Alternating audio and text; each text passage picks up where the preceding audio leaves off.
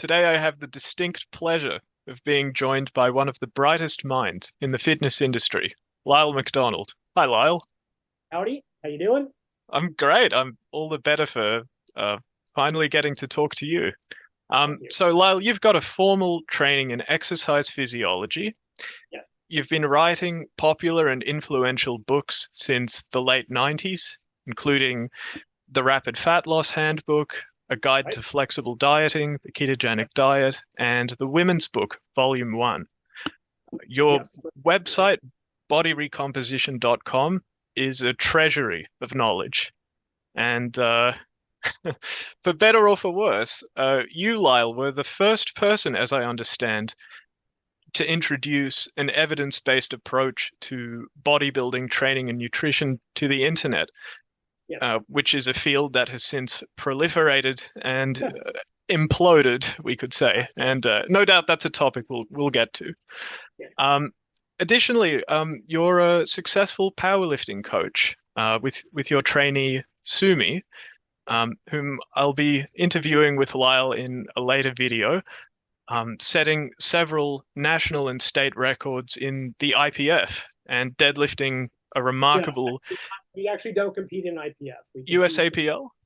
no USPA, Ah, RPS, which is the I've forgotten what it is, and also WRPF, which is another federation. USPA is associated with IPL, like it's kind of like their USAPL, IPF were sort of the first, and I mean in America there are something like 40 different federations. Oh, RPS is Revolution Powerlifting Syndicate. So USPA and IPL, which are part of the same thing, and then USAPL and IPF. It's a very silly sport in that regard. There many are federations. yeah, I mean it's absurd. It's like boxing is the only Hmm. other sport I can think of that's like that. That at any given point there are half a dozen world champions, Yeah. and in powerlifting it's really the same way. So yeah, but she is like so we've competed in those three federations, Thank you for the predominantly correction. yeah, and RPS, and she's competed in and set records at the state, national, and actually at the world level in two different weight classes in the 50s, guys, in both the 48 and 52 kilos weight classes, two different masters age groups. The open, she actually competed very successfully in the open class against lifters of all ages. And so, yeah, three federations, two weight classes, uh, two different masters divisions, and the open. And if you go to openpowerlifting.org or com or whatever, like, and look up her number, she's ranked, top 10 in, for female totals, something right up there on like overall deadlift, like not even in master's division. She's pulled her final meet, she pulled a 3.5 body weight deadlift or just short of it. So yeah, she was given her biomechanics and where she came from, she was got a lot farther than anybody expected. Um, and I Well, coach a couple of other people. I've got another master's female lifter I've taken actually Sumi's daughter to two meets, and she did really well. And I've coached people off and on over the years. It's a and great sport. you're remarkably good at it, but you don't offer your coaching services at the moment. You're currently offering, well, not to Yes and large no. number. I, Understood. I do I do like single consultations. I don't generally take on regular coaching. That was something, going back to the whole internet thing. So just for people listening, like I was there first. I was there when it started. I got on the internet in 1993, back when it was just nobody knew what this thing was. And my first access to the internet was the four free hours of AOL disk back in '93, and I had like an old school modem, and then the internet started. So somewhere in the early 2000s was when online coaching really started to become a thing. Because I knew a couple of the early online coaches, names nobody would remember at this point. I never really got into it. Like, I don't generally like nutrition is one thing. Like but I'll be honest, I don't find it's pretty easy. Like I don't need to Mm. handhold people and tell them not to eat tomatoes. Like I don't like contest prep dieting. I just find, I mean, it's interesting from a physiological standpoint, but from the day-to-day stuff, it's I just set someone up on a diet, tell them how to adjust it, like just go. You don't. Sumi does that. Sumi does weekly check-ins with people and adherence, and I'm not saying that's unimportant. I'm saying I don't do it. Yeah. And as far as the online coaching, I always found it very difficult because I am quite the technical perfectionist, and I find it very difficult to teach technique online because, like, okay, you can send videos, especially complicated things. Like, yeah, can I teach you how to do a bicep curl? Probably. Can I teach you how to deadlift? Probably not. And I've worked with people who have trained for years and said and then I see them lift in person and I'm like, okay, you've been doing, your technique is trash. We're going to start over from the beginning. It's very difficult to do online. So I just kind of never got into that and just didn't. And again, I realize everyone on the internet trains harder than any 10 trainees. I've heard that for 30 years. I know what I see with my own eyes. So I tend to be a very hands-on coach. I mean, I've been in the gym 6 days a week with Sumi for the last 6+ years because whether I'm adjusting technique or making feedback, I'm adjusting the workout day to day to day based on what I'm seeing, based on what I'm observing within my and we'll talk more about that next week when she's on. But I can't do that really online. I mean, like I said, people can send me videos at the end of the week. Great. What is that? That doesn't really help me during their workout to make adjustments. So I never really got into that. So now I do consultations where I just try to basically set up people on a program that's right for them. And it's interesting. Like, I don't want to spend too much time dumping on the rest of this industry, although I could spend as much time as you wanted because I've seen it all and I've been involved in it all. I'm very part of my whole thing, I think my whole career, this is part of the reason I'm not more successful than I am, is I have this crazy idea that context matters and that giving people cookie cutter workouts and nutrition doesn't get you very far. Like one of the earlier online coaches who I knew, every month he would send out to 100 to 150 people, same boilerplate workout in the same nutrition program, period. But all he needed was like one or two to make it to contest, like for bikini or physique or whatever, and win. And he could claim that he was successful. He was making, I mean, he was driving sports cars by sending people. And I've talked to people that have worked with some of the other online coaching programs. And what they tell me and what they show me is really disappointing because they're getting cookie cutter stuff or they're just getting just generally bad stuff. And so one of the things that I've always been really important, it's like, I need to know who the person is, what their goals are, what their background is in terms of like, all right, what diets have worked and have not worked. And then we're going to talk a little bit about fat loss and rapid fat loss and things like that. Like, look, if I'm training, if I'm working with someone like Sumi, who's an elite athlete, who's trying to reach the pinnacle, that's one conversation. If I'm trying to diet someone down to 5% without muscle loss, that's one conversation. If I'm dealing with a general beginner individual who has at 35% body fat, who cannot live in the gym, who has to have a life, and I get that one a lot, right?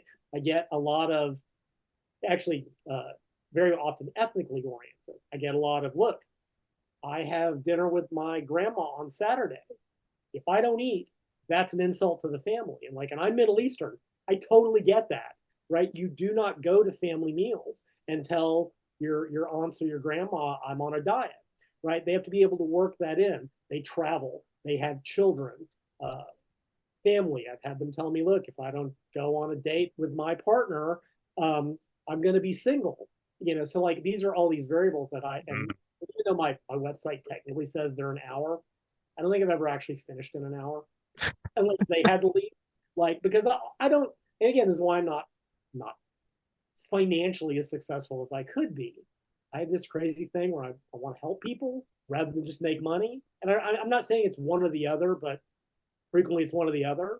So like if it takes me 3 hours to make sure someone's got all the information they need, I'll give it to them. And I'm not going to cut them off in an hour because, hey, time's up. Because usually it's me talking to. But anyway, so I do the one-off consultations. And I have many people that will do, follow-ups or free, whatever as they get close to their goal and things of that nature. But one-on-one coaching, I can't do it. Even the other master's female powerlifter I'm coaching, I'd originally done consult with her about diet.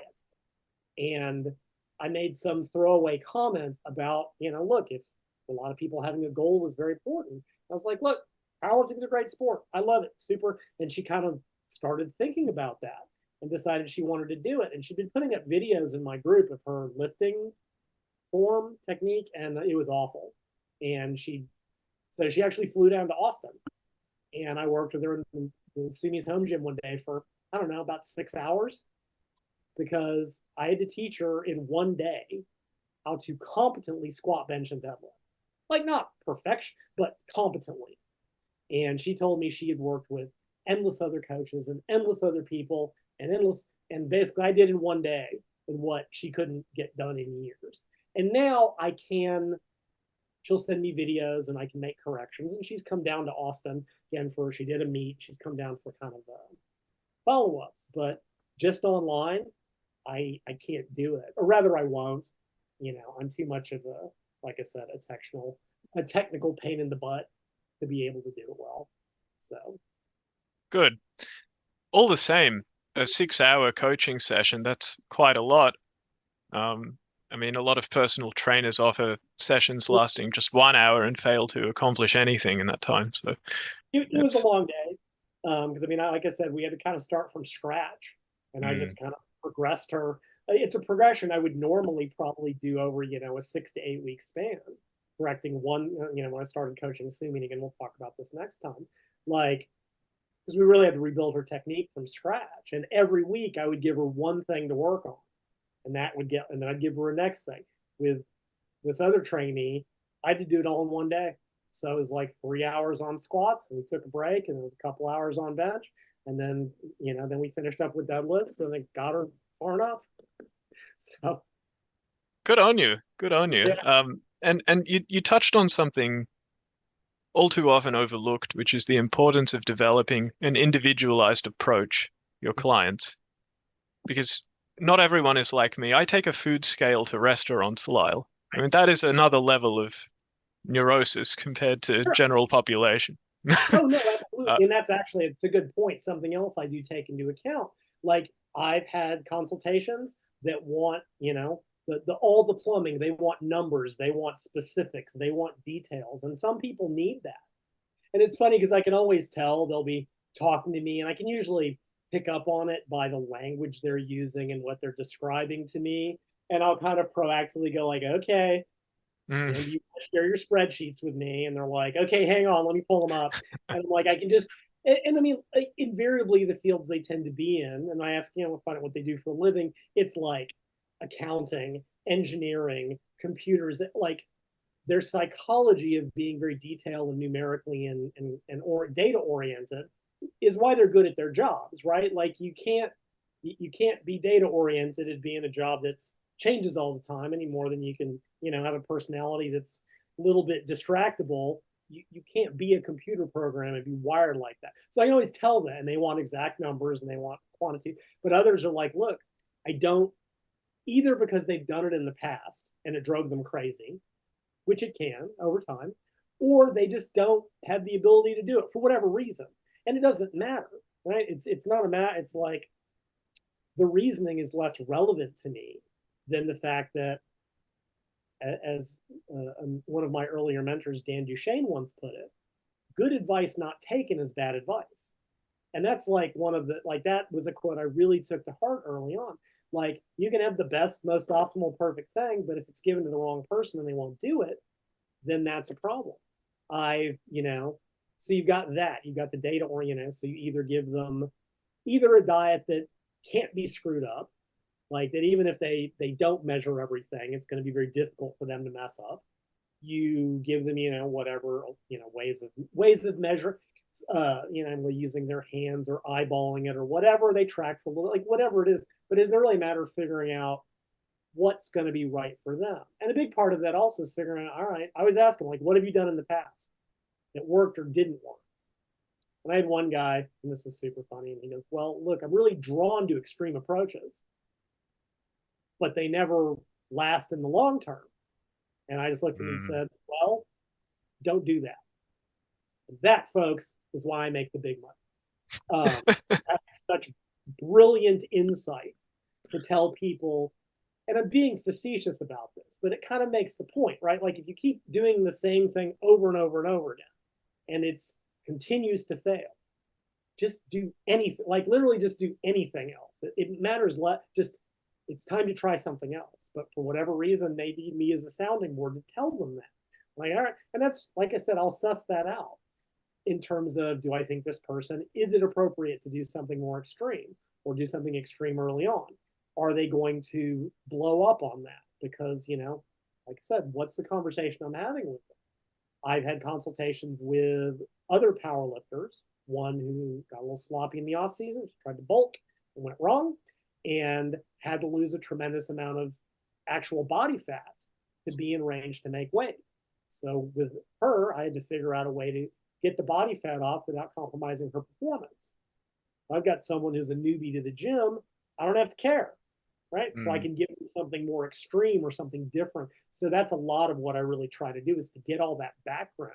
And I've got, you know, consultation intake form that has, you know, goals, and so I can run some simple, you know, basic back of the envelope math. But like the first 20 minutes is always me asking them these kinds of questions to figure out who I'm talking to and what I think, and I'll run the options by them and go, look, does any one of these either really appeal to you, or you hear it and go, absolutely not? And there's a lot of those latter ones. And I'll describe it and they're like, nope, I know I won't do it. Well, cool. It's all, you know, there's too many different ways to the goal, especially with diet, even with training to a degree. But it's just like, you know, look, your protein's good and your deficit's there, I don't really care.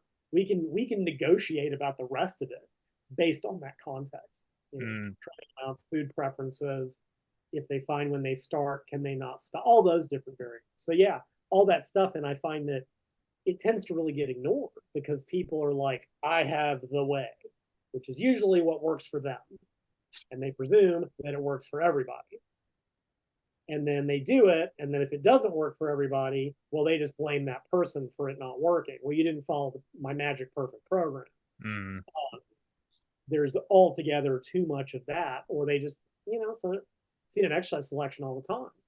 People that are built for squatting say, oh, squats are great for legs.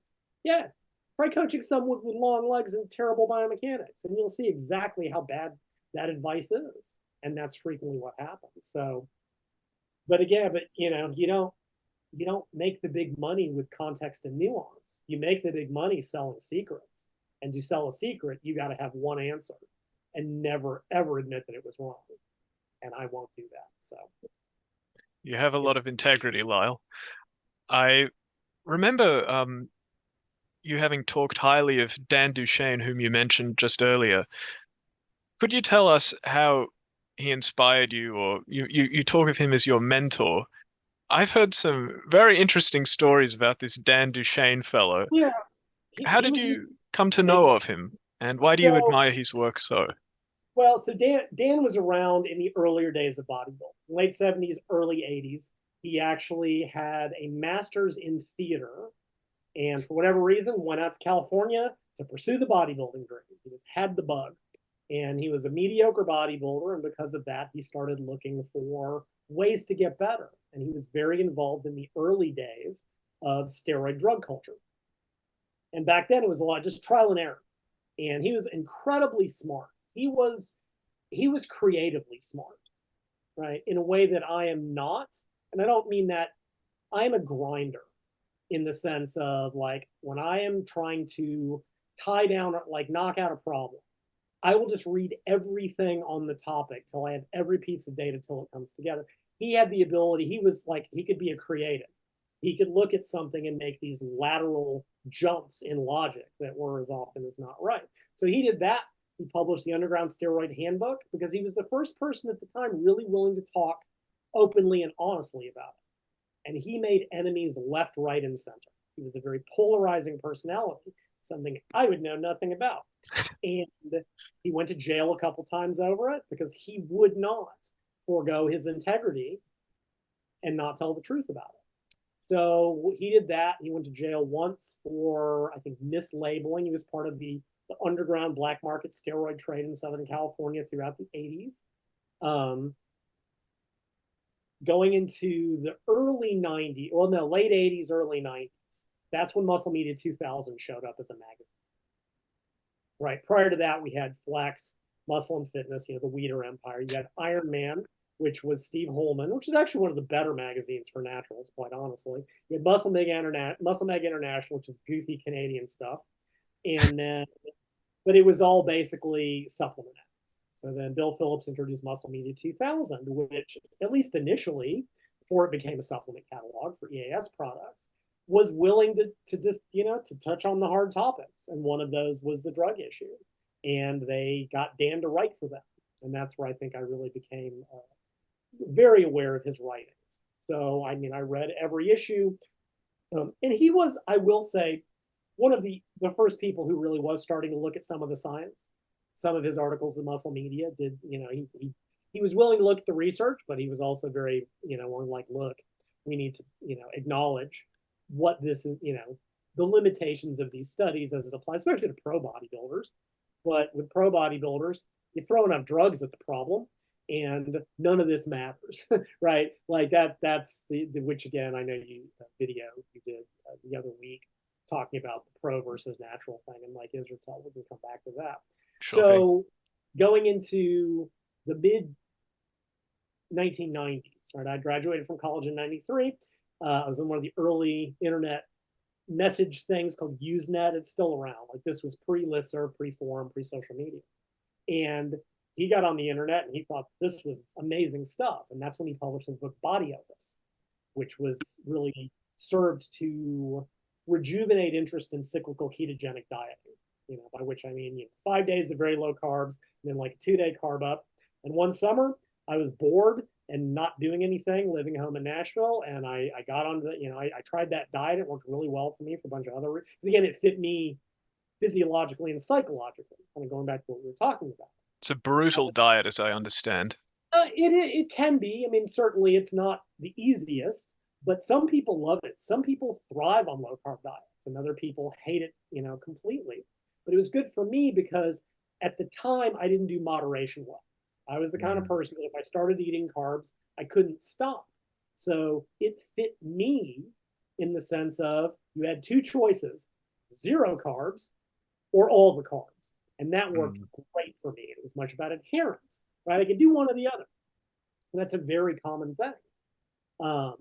So I did that, and I did sort of this, this 20-week, because everyone was like, what's this diet? And this is so weird. And will you die? What'll happen? And then I was just this weirdo kind of doing this along with my other writings. And he connected with me because I started to dig into the research on this because I was very interested in it. And he actually gave me one of my biggest compliments, which he said, I like Lyle McDonald, not because he follows my diet, but because I learned from him. And coming from him, like he was at such a level in my mind. And what this ultimately led to me going out to San Diego to spend 3 very interesting days with him. There's lots of stories, some of which I probably shouldn't tell. But he was a unique person. He was, completely obsessive about bodybuilding. His only other interests were high-end stereos and were recumbent bicycles. That was it. That's all I cared about. And like I'm kind of the same way. I've got like 3 primary interests. I don't care about anything else. And like he'd made his career in bodybuilding, but he wanted to be out of it so badly. It's such an unhealthy subculture, especially at that level. And he wanted out so badly, and he just wanted to design, but he just like couldn't get out. That's how he made his money. And he was just like I said, he wouldn't ever compromise his integrity to make a buck. He would never not tell the truth. He was the first one that he sort of reintroduced DNP to the subculture for good or for bad. And he was very much of the opinion that he believed very firmly that you should be able to talk honestly about these things with people, that the information needed to be shared for good or for bad. And it's like, and of course, people would then criticize him. Oh, people do it with me too. You're advocating this, you're advocating. Like, no, I'm speaking honestly about it. For me to say that something is relatively safe if used properly is not me saying it's safe, as many cretins will hear. It's not me saying you should use it. It is me speaking honestly as I feel about it. And he was very much the same way. And like I said, he didn't care if he pissed people off. He would go on, he used to go on early talk shows in the 80s, and he'd have all the anti-steroid people spouting all the typical anti-steroid rhetoric. And he would just flat out, he's like, no, this is the truth. This is the honest truth about what's being done, what we've seen, what the reality is. And people hated him for it. And he passed away fairly young. He had a chronic kidney disease. And I was just like, all right, well, I guess it's somebody in the industry has to be the most hated man, and it was him. So I guess it's me now. And I kind of Don't you took up. dare pass the torch down to me. Yeah, you know, it's like I'm not creatively brilliant the way he was, because he was. I am just a grinder. I will just read literally every paper until I get the answer. I mean, and I've worked on projects in the back of my head for over a decade. The Stubborn Fat Solution that I wrote in the 2009 or something. That was a decade-long project. I mean, not in the sense that I was researching it the entire time, but I had this ideas, and just I would pick up, little pieces here and there as I'd see new research, and I would just kind of file them away, and I'd see what I needed to see. And then one day I told the person that I was dating, I said, I could write this book in a day if I wanted to. And they're like, right. And I'm like, challenge accepted. I mean, I was pulling a lot of it from other books. Most of it was in my head. And, 18 hours later, the first draft was done. But it's like, that's me. I'm just an obsessive compulsive. It's very rare for me to have like a creative breakthrough. It's happened one or two times, always when I was a little bit on the manic end, which that's a whole separate story. But Dan, just his mind worked differently. But he was a genius in the field. He's absolutely brilliant. But more importantly, from a personality standpoint, he said what he wanted to say, and if people didn't like it, tough. And I'm okay with that. Good on you. And you're no stranger to saying things of your own that people find contentious, rightly or wrongly. One way to put it, sure. Perhaps, I mean, in our private correspondences, touched on the thought that certain recommendations that float around in the fitness industry are a bad approach, to put it mildly. Frequently. So what we're talking about, this goes to that video that you did previously about Mike Israetel saying that naturals need to train more than the pros, which is just He couches it in probably. Right, but that's just a CYA. That's a way to still not be wrong even when you're wrong. That's called I don't think probably is guarded enough. No, that's just weasel language. Probably not.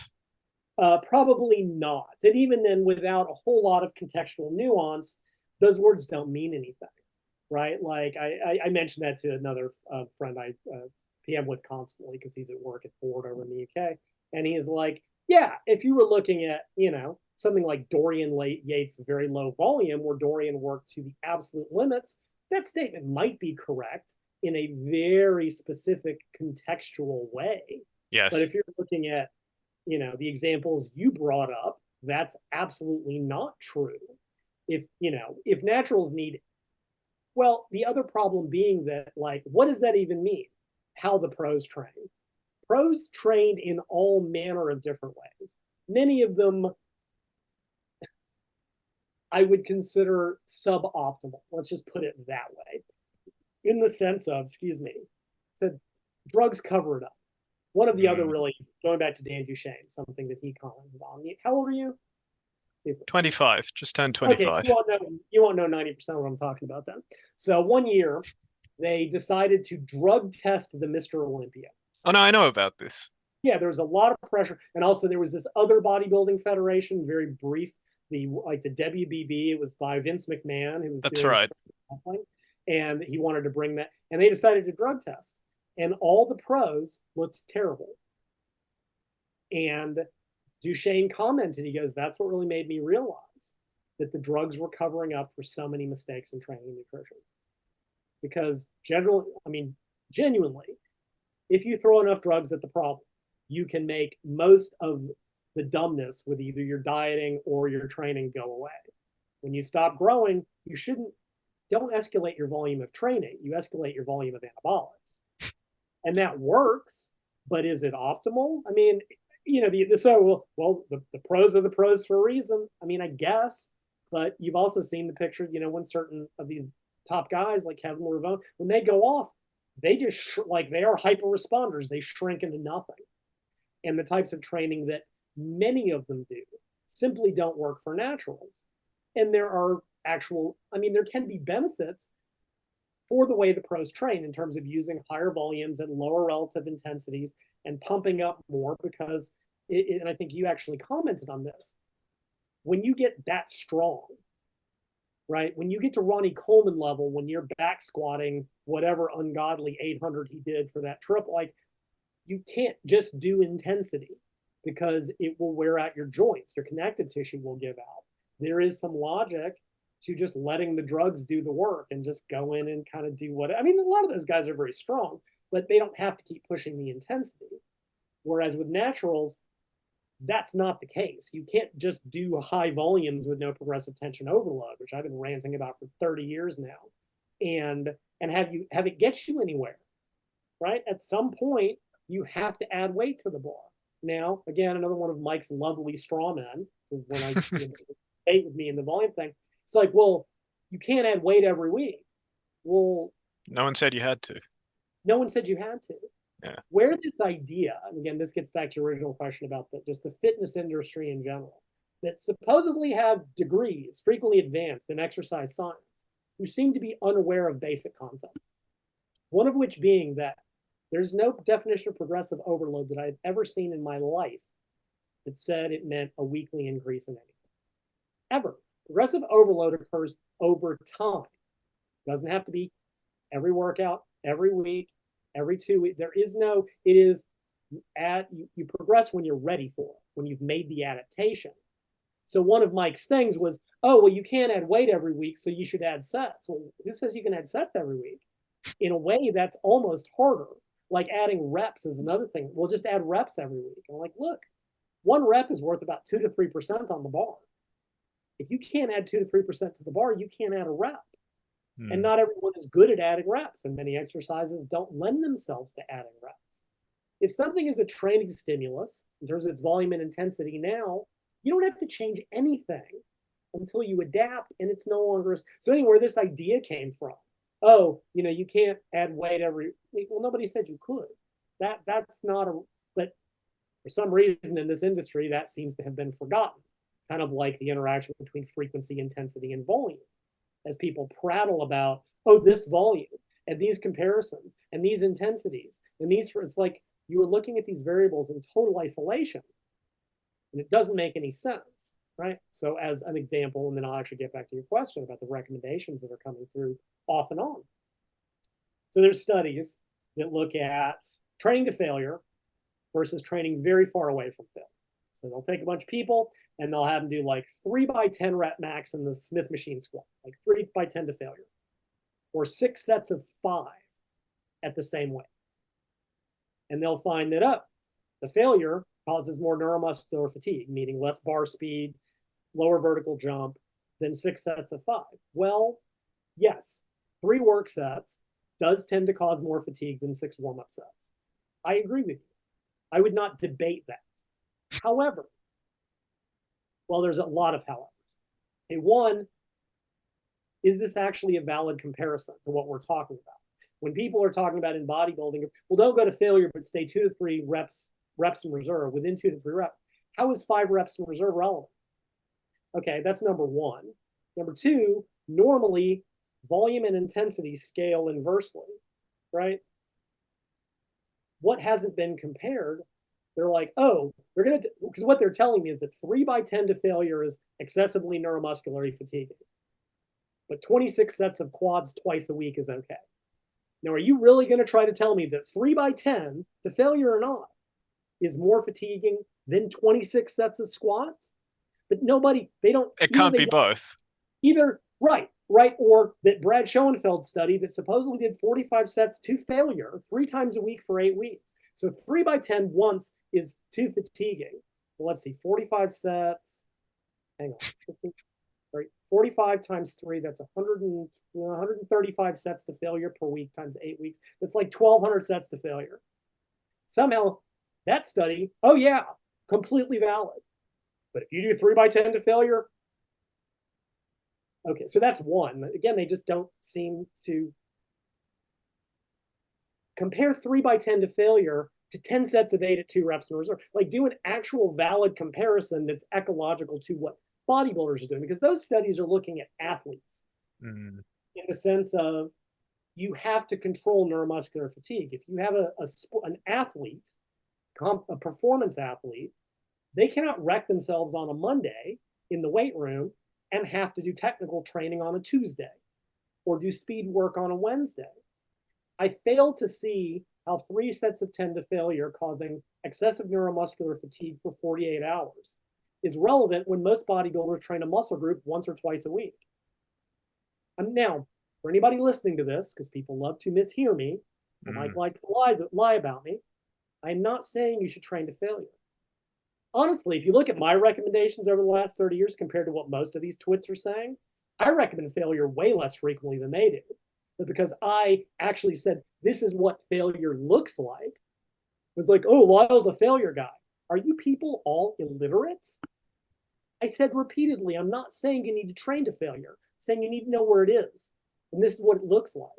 But again, I can say that a million times. It doesn't matter because people are going to mishear me. Because they'll be like, oh, take the 4th set of every exercise to failure. Okay, I don't even recommend that on a regular basis. Then I see these powerlifting programs I love, and they're like, you do your work in the deadlift, and then you finish with an AMRAP and as many reps as possible. Number 1, AMRAP deadlifts, show me. Or squats, show me, because I know what that looks like. And it's not as many reps as possible. It's as many reps as you're willing to do. Right? I've squatted to complete failure. That means getting pinned at the bottom and having to dump the ball. They're recommending that every workout. And somehow that's okay. But 3 by 10 to failure is bad. And again, I'm not saying it is or it isn't. I'm asking questions that none of them. So yeah, they seem to have forgotten frequency, intensity, volume. What about type of exercise? All these studies use squat and bench press. You can tell me barbell curls cause excessive neuromuscular fatigue? Why are we still using back squats when these people aren't trained well enough for it to matter? Right? Don't use whatever. That's a whole separate thing. So this gets into like the fitness industry seems to just ignore these basic principles of, like I said, how frequency, intensity, it's like fine. If you want to do a lot of volume for whatever reason, you like being in the gym, you have no life, better stay 2 or 3 reps from failure. I wouldn't disagree with that. If you want to train to failure, you're going to have to cut your volume. I mean, number one, you can't do it. Anyone who tells me, oh, I do 20 sets to failure. No, you don't. I could put anybody on the floor in 2 sets if they went to true failure. I've done it before. And I'm sure you have too, and you know what that means. Breathing right? squats.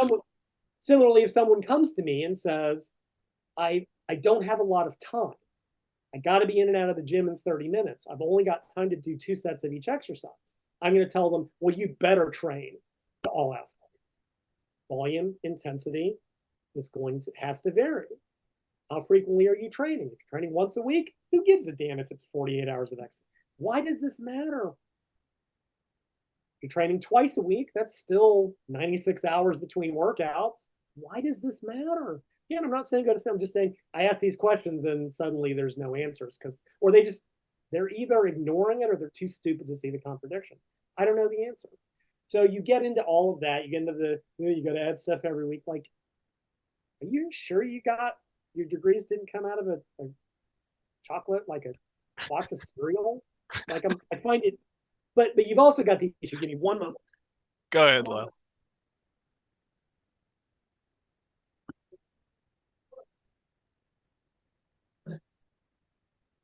I see that he's got several copies of the women's book. Yeah, somehow I ended up with a bunch. I ordered a box off of all. What a good book, by the way. Congratulations. And it was something. It nearly broke me, but my once every 10-year heavily researched book always nearly breaks me. It was keto in 1998, protein in 2008, women's in 2018, which means I guess 2028's got to be volume 2 if I can ever face it down. So getting back Godspeed. to fitness, What's that? Godspeed. Yeah, well, I mean, it's partially written. While I was Cool. working on that, like I had all this training stuff that was going to actually, in a way, be more involved. And I'm like, if I wait to finish this, A, it's never going to get done, and B, it's going to be 600 pages long. So I kind of stripped that out, and I'm like, this is going to be nutrition and fat loss, which is arguably more relevant, and then I'll do training, exercise stuff in a separate book. So what I've seen in the fitness industry, and this is admittedly, it's a generalized problem in sort of the overall, in a lot of fields, is that you have to generate regular content. So on the one hand, right, so just as a brief history, back in the day, we had bodybuilding magazines. Once a month, all the new secrets would come out, and everybody would change their workout. Dr. Ken Leistner called it muscle media syndrome. Then the internet started, and when websites kind of came about in the mid to late 90s, it was, you had stuff like T Nation, which was TC Luoma, who had been Bill Phillips' right-hand man, and they would run like 3 articles a week. But then what they saw is that every time they put up content, they would get more visitors, and they would sell more supplements. So it was 5 days a week, 7 days a week, twice a day. Like now, you probably go over, there's probably 7 articles per day, all of which contradict one another. One of my favorite, or if they don't contradict each other on that day, they'll be contradicted by the next day. One of my favorite stories, when T Nation first came out, they were initially a print magazine, and they actually bundled their first issue with one of the softer core adult magazines in America. Wow. So I got to actually buy it for the articles. Like I did actually get to do that the one time. So this is within a single issue of the magazine. You had one article by TC Luoma saying you needed to eat 6 times a day because sumo wrestlers ate once a day and they were obese. And you had another article written by Ori Hofmeckler saying that eating 6 times a day made you fat and you should do 1 meal a day of the warrior diet. Same issue. 2 articles saying diametrically the opposite thing. How can anyone? So that was that. Okay, so then we had T Nation and multiple articles per day, and then we got into social media, Instagram, and if you go look at most of the supposed evidence-based fitness people, like you got to kind of wonder, like, when are they doing their jobs? Because they're posting to Instagram 4, 5, 6 times a day. And then now with TikTok and all the other stuff and YouTube, every week, every hour, every minute, every second, you can go find something that you should never do, always do. This is wrecking your games. You must do this, you must do that. And it's awful, especially because in an era where you have to generate damn near daily content to get that sweet YouTube ad revenue, there's just not that much to talk about. Right? Like, make no mistake, when I did my website, there's like 400 articles on my website, but that was generated over a 20-year span. And part of the reason I would update it is I got nothing else to say. Genuinely, like there's nothing. So what you see happening is a lot of it is fad jumping. Like, all right, what's the new study that's we all have to jump on? And I mean, you've been in this long enough, but I saw it every 2 or 3 years in bodybuilding, and you see it in cycling and endurance sports that I was involved in. The trends change. And usually it's like, well, what is the best guy doing? That's the right way to train. You see a lot of that. Endurance training doesn't lend itself to quite as much silliness. Like on a bike, you have to do the miles, right? Like there's only so much, you can't go from doing 40 sets a week to Mike Menser heavy duty on endurance sports. So it's like, it doesn't promote itself as much to the silliness. Also, it's a performance sport. Bodybuilding is not. And that is a whole different kettle of fish. So, it goes from high volumes and then people get burned out and then intensity comes back in. And I guess right now we're seeing kind of a shift in Mensiri and HIT. Heavy duty is coming back into play. And everybody will switch their workouts and start making gains. And then they'll get bored with that. And then volume will come back in. And, so we go back even in the most recent 5 years, right? So for however many years, it's like, moderate volumes, 10 to 20 sets. We had the Wernbum meta-analysis, which is what I based. It's funny, I based some of my earlier stuff on it. And as much as people like to crap on it, we always kind of keep coming back to it. Like if you really look at those volumes, look at those numbers, and look at where the data, like it all kind of always comes back to that. And but then Brad's volume study came, and all of a sudden, high volumes were in. Never mind the criticisms, never mind that he punked out and ignored, everybody, his little crew, because they're all part of this little circle, and realized this is not new. The 2000s is a totally different circle jerk. Alan Cosgrove, Jimmy Moore, Jimmy somebody else, and they would just pimp each other's stuff. And then there was mean old Mr. Lyle going, actually, here's what the science says. And they would go, you suck, you're stupid, F you. And they would make their money. And I would just be like, I'm just going to keep saying. And then a few years later, everybody would realize it. During the 2000s, that's when interval training really came popular. First, it was interval training is superior to steady state cardio. Debatable, but whatever. Make no mistake, I'd written about the Tremblay interval study in my keto book 10 years before that, but neither here nor there. Then it became steady state cardio makes you fat. I kid you not. It went from being as effective to less effective to actually detrimental. I'm like, so what you're telling me is that 40 years of competition bodybuilders, both natural and supplemented, getting into shape with low intensity cardio. Now you're telling people it makes sense because they have something to sell, which is turbulence training. So then everybody started doing intervals 6 days a week. And I said, this is dumb. Most elite athletes don't do it more than twice a week, and you're not better. And they weren't dieting, and everyone said, you're stupid, and meh, meh, meh. And everybody got burned out, and everybody got overtrained. And a few years later, it was like, here's why walking is underrated. It's like, it just kills me. And then we just go right back through again. And I'm like, I'm just sticking with my story until I see some really conclusive data. It's going to change my opinion on something. I'm not going, but it becomes fad jumping. So first it was the volume thing. And what's funny about that, right? So Brad's paper came out and I read it and went, he and I discussed this because he misrepresented a piece of data in that. This isn't the first time I've seen him do it. He will, because he knows people won't check. He knows people won't actually go pull the reference and see if what he said it said is what it actually said. But I will, and I do. And he absolutely misrepresented that data on top of the statistical shenanigans they played, on top of all that other stuff. But rather than address my valid criticisms, they all just block me and punk out of my group, like the gurus that they are. But the thing was, if you actually go look after that, none of them believed it. Not a single one of them. They all said so. Oh, Lyle sucks. And Eric Helms wrote his little puff piece for Mass where he was like, well, I do research and I think this is good science. I'm like, that's an appeal to authority. That's not, dude, that's a logical fallacy of the worst kind. And he was like, well, I think Brad's study is valid, but the research still says 10 to 20 sets. Well, they can't be both, right? But he's got to hew to the master. They don't get to criticize Brad because they get kicked out of the inner circle. Me, I don't give a damn. I don't give a damn about being the inner circle. I never have been. And I certainly won't sell them. But none of them ever believed it. They were all recommending the same volumes. Hilariously, even Brad didn't believe it. Have you read Max Muscle 2.0? Yes, I have.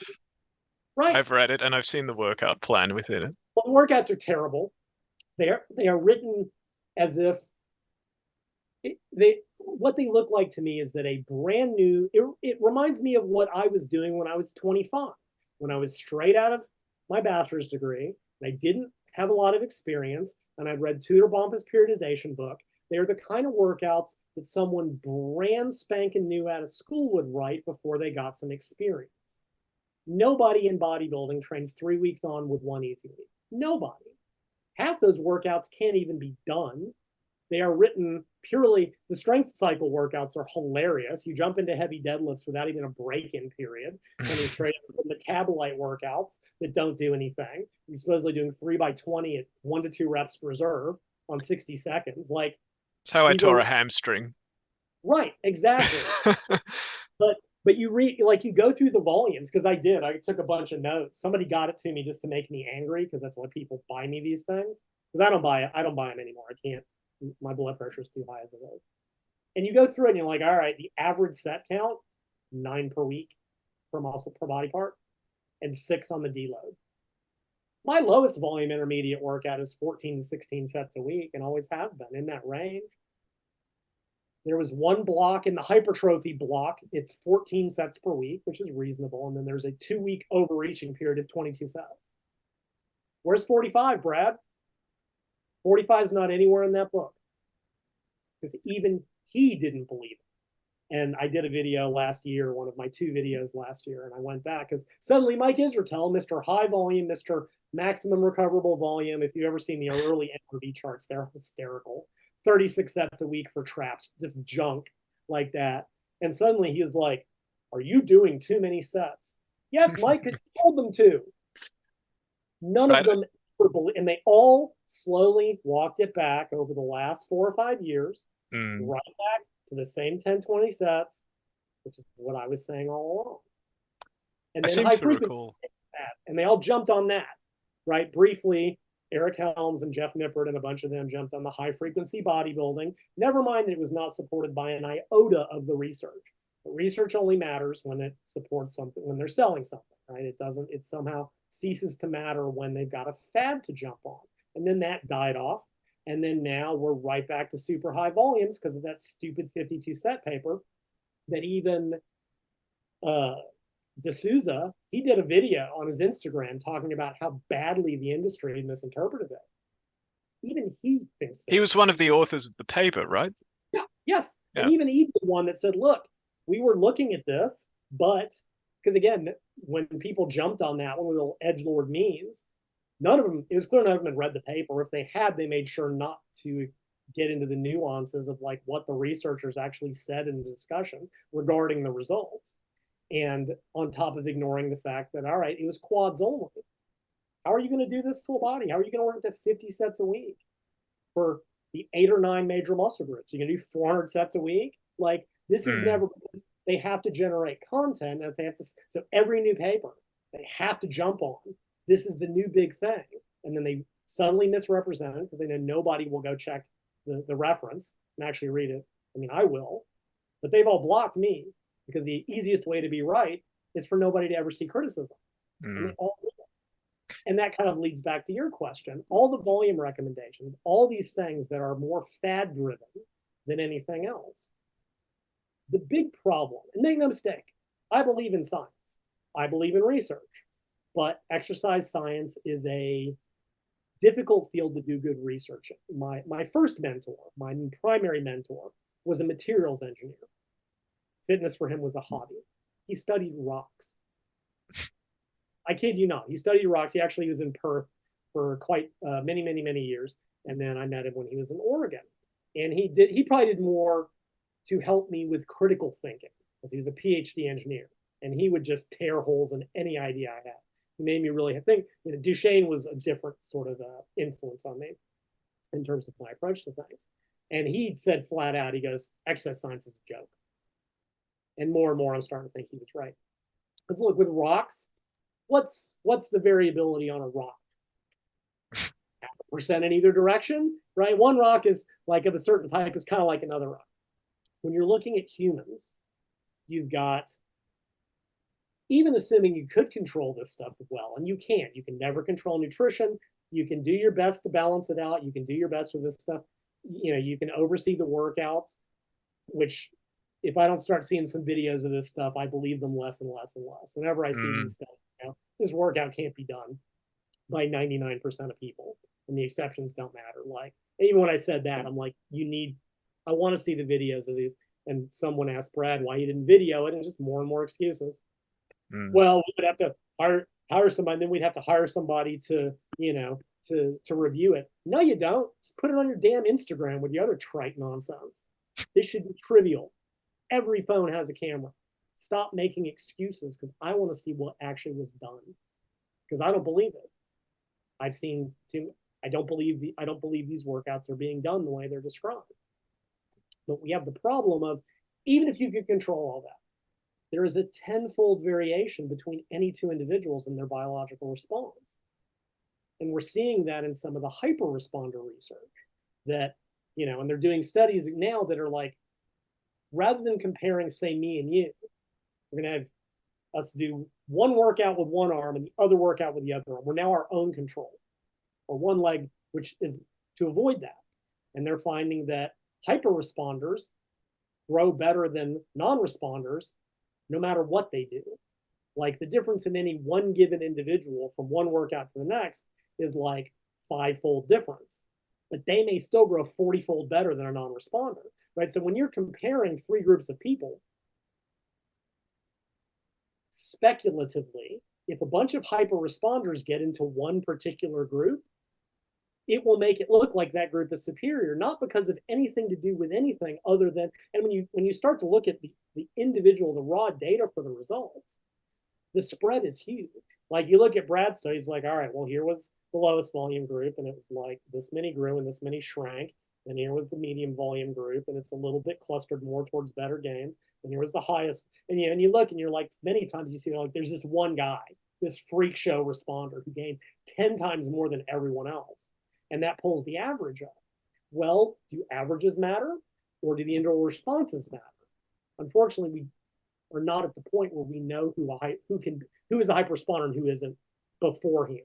Regardless of that, even ignoring that, all of these studies are 8 to 12 weeks in duration.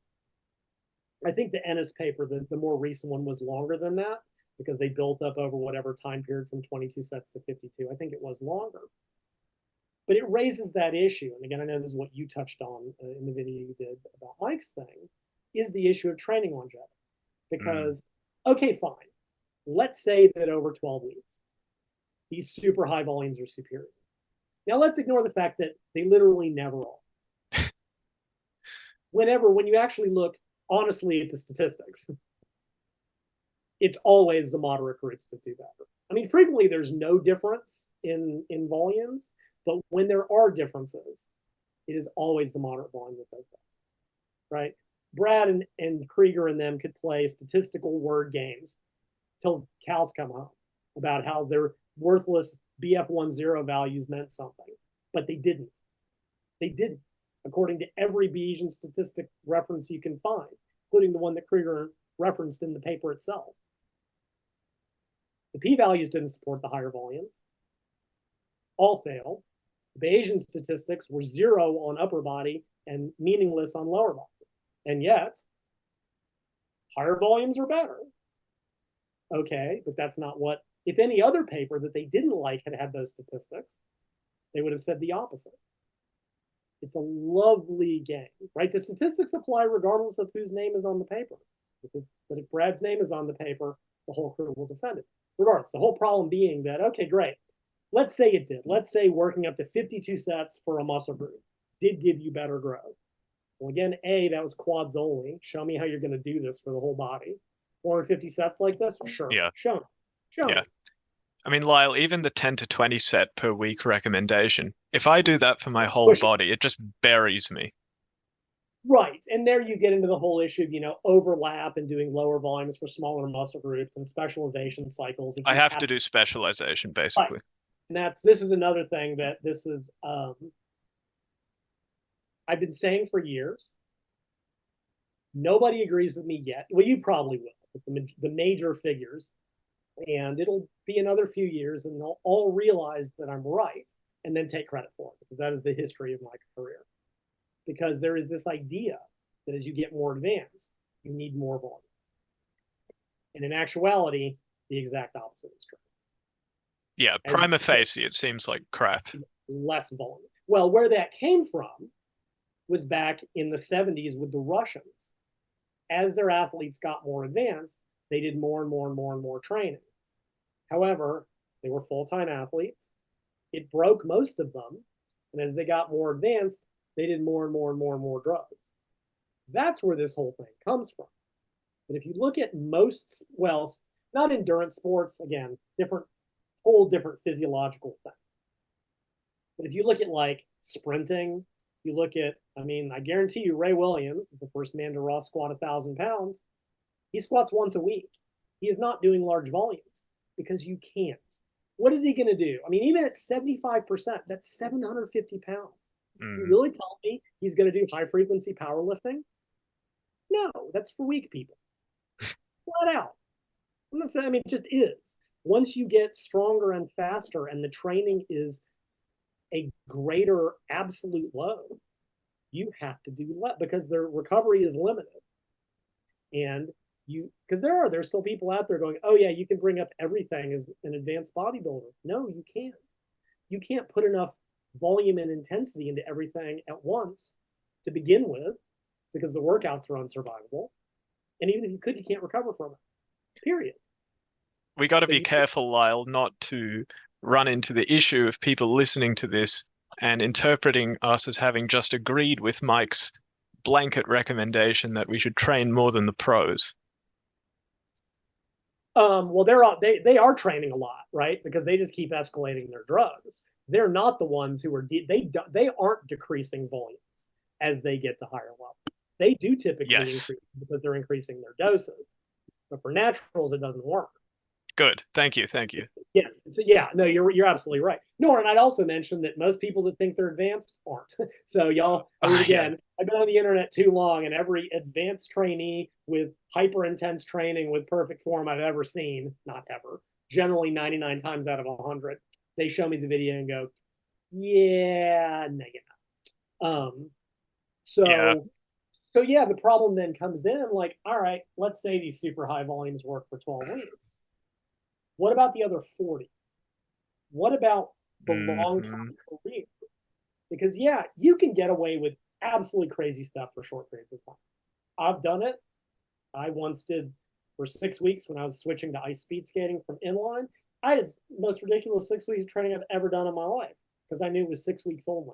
I had exactly that. I gave myself exactly that amount of time. Gave myself a few days off in the middle of it because you can get away with absurd stuff for short periods of time. Problem is nobody stops at short periods of time, and they always get broken. One of my favorite stories will probably come up again when we talk with Simi is Matt Gary, who's apparently the coach of the U.S. powerlifting team, which is a thing. You reviewed his book recently, as I Yeah, I did. understand. Yeah, it's Yeah. fantastic. And I wasn't aware that the USA had a powerlifting team until I heard of him. I mean, I guess that's who we send to IPF. Um, and he's told a story in one of his podcasts. He says, yeah, a lifter called me and go, Coach, can you put 50 kilos on my total in 8 weeks? And they'll go, well, I mean, probably, but you're just as likely to either get hurt or so burnt out that you quit the sport. Mm. And that kind of made the really good point, right? Like you can push the limits for short periods of time to try to eke out that extra percent.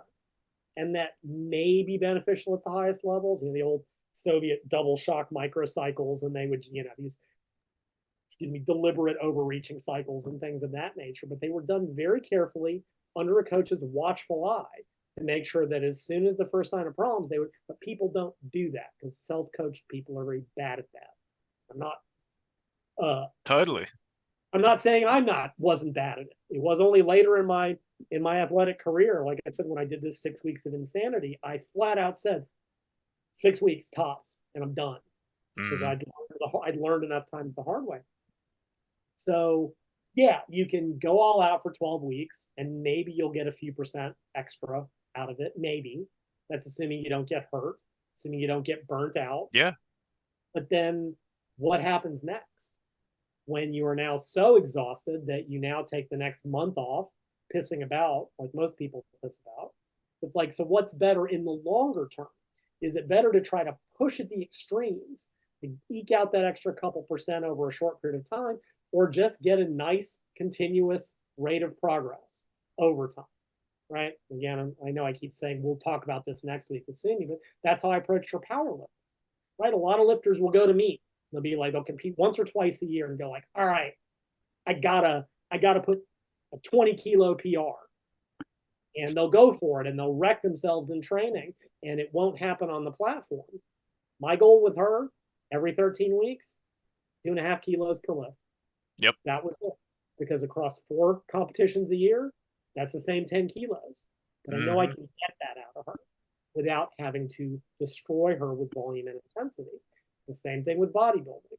There's also the issue, I'll send you the link to it. So a paper came out a couple weeks ago that I talked about, and it's kind of analyzing the dose response thing by Buckner, and kind of brought up some issues about how the growth in Brad's papers are double what literally any other Sam study Buckner? generated. Yeah, in Yeah. the history ever. And probably due to the cell swelling, which is something I and many others have been bringing up for years. Mm. The assumption that, oh, swelling's gone at 48 hours. Yeah, maybe after 3 sets. You can't say, again, I do wonder, because, these guys are like, oh, I have a PhD and you don't even do science. And I'm like, and yet you can't seem to understand this basic. You cannot assume that the swelling from 3 sets will decrease at this, or that the swelling from 15 sets or 26 sets will decrease in the same amount of time as from 3 sets, because they all cite the same damn paper by a Japanese researcher who looked at 9 sets of bench press a week. And the swelling from the final 3-set workout was gone at 48 to 72 hours. You cannot assume that the same occurs for massively higher volumes. Now, I'm not saying it does or it doesn't, because people mishear me too. I'm saying we don't know. And a good scientist would know that we need to do the fundamental work to know whether or not this is actually the case, regardless of that. So I guess Buckner, he did a roundtable with some people about this volume issue, and I'll send it to you at the time point because it was really interesting. And he does kind of mention Brad in a couple different contexts, but I guess one of the examples he used was people don't realize what the magnitude of growth in these studies actually is. They hear, oh, this is double or statistically significant, but it's stuff like maybe, half a centimeter, maybe a little bit more. And it's like, look, you're looking at like 2 fingernails width difference in growth over 12 weeks. Like, it's microscopic levels of growth. Even if you look at like the rates of protein synthesis and how it gets turned on by training and nutrition, it's so small, it's so depressingly small. We're talking about milligrams, right? All these different things you can do. We're talking about such microscopic amounts of growth. So it's like, yeah, you're going to do double the volume with double the time commitment, with double the exhaustion level to get an extra fingernail's worth of growth over 12 weeks. That's what we're talking about. It's stupid. The return on investment is absolutely absurd. And because I guess the example he used, he said, like, look, here's a stack of bologna lunch meat. Yeah. And he was like, look, and I'd have to go find it. I didn't sit through the whole thing, so I'm very low tolerance for those things. I watch video game and movie critique. Yeah, a bit of Carl Jobs. Yeah. Love Carl. Yeah, he's great. Those guys are absolutely psychotic. They make me look normal and healthy by comparison. Excessive, compulsive. Those guys are nuts. I love this shit. The speedrunning community is, because I'm a video gamer. I've been a gamer since my whole life. That's my obsession. The speedrunning community, nuts. Also, I like watching the Billy Mitchell. I feel personally insulted by that as a member of the speedrunning community. Because they're nuts. 20 years later, they're still looking for exploits for freaking Mario World 64. Yeah. They just found the no carpet clip. This freaking psycho frame perfect jumps and movements and joystick entries. And I'm like, I have no twitch reflexes left at this point in my life. I love video games. I played Batman Arkham Knight 4 dozen times, and I'll get all the Riddler things every single time. And the level of crazy that the speedrunning community like, y'all could be curing cancer. Nope. We gotta figure out how to take 30 seconds off 128-star Mario World 64. It's just, y'all are still grinding GoldenEye, for God's sake. It blows my mind in a good way. Like, I applied myself to this nonsense, and the speedrunning community applies itself to. What's your game? Team Fortress 2, in particular, rocket jumping. Right, I'm aware of it. I'm terrible at FPSs, and I don't play multiplayer. But yeah, I play Zuba. I play a little dumb battle royale game against, with about animals in the zoo, because that's all I can handle at age 53. But yeah, so anyway, but I guess one of his examples is he's like, look, the difference in muscle size between me and I think some pros is like less than this stack of bologna. It's the difference is like, yes, it's bigger because they're measuring thickness, but that's showing up as a volumetric diameter, right? So it's scaling a little bit weird. And he goes, taken at face value, the results in Brad's studies are double that difference in an 8-week span. And it just doesn't, to use some Australian. Yeah, nah.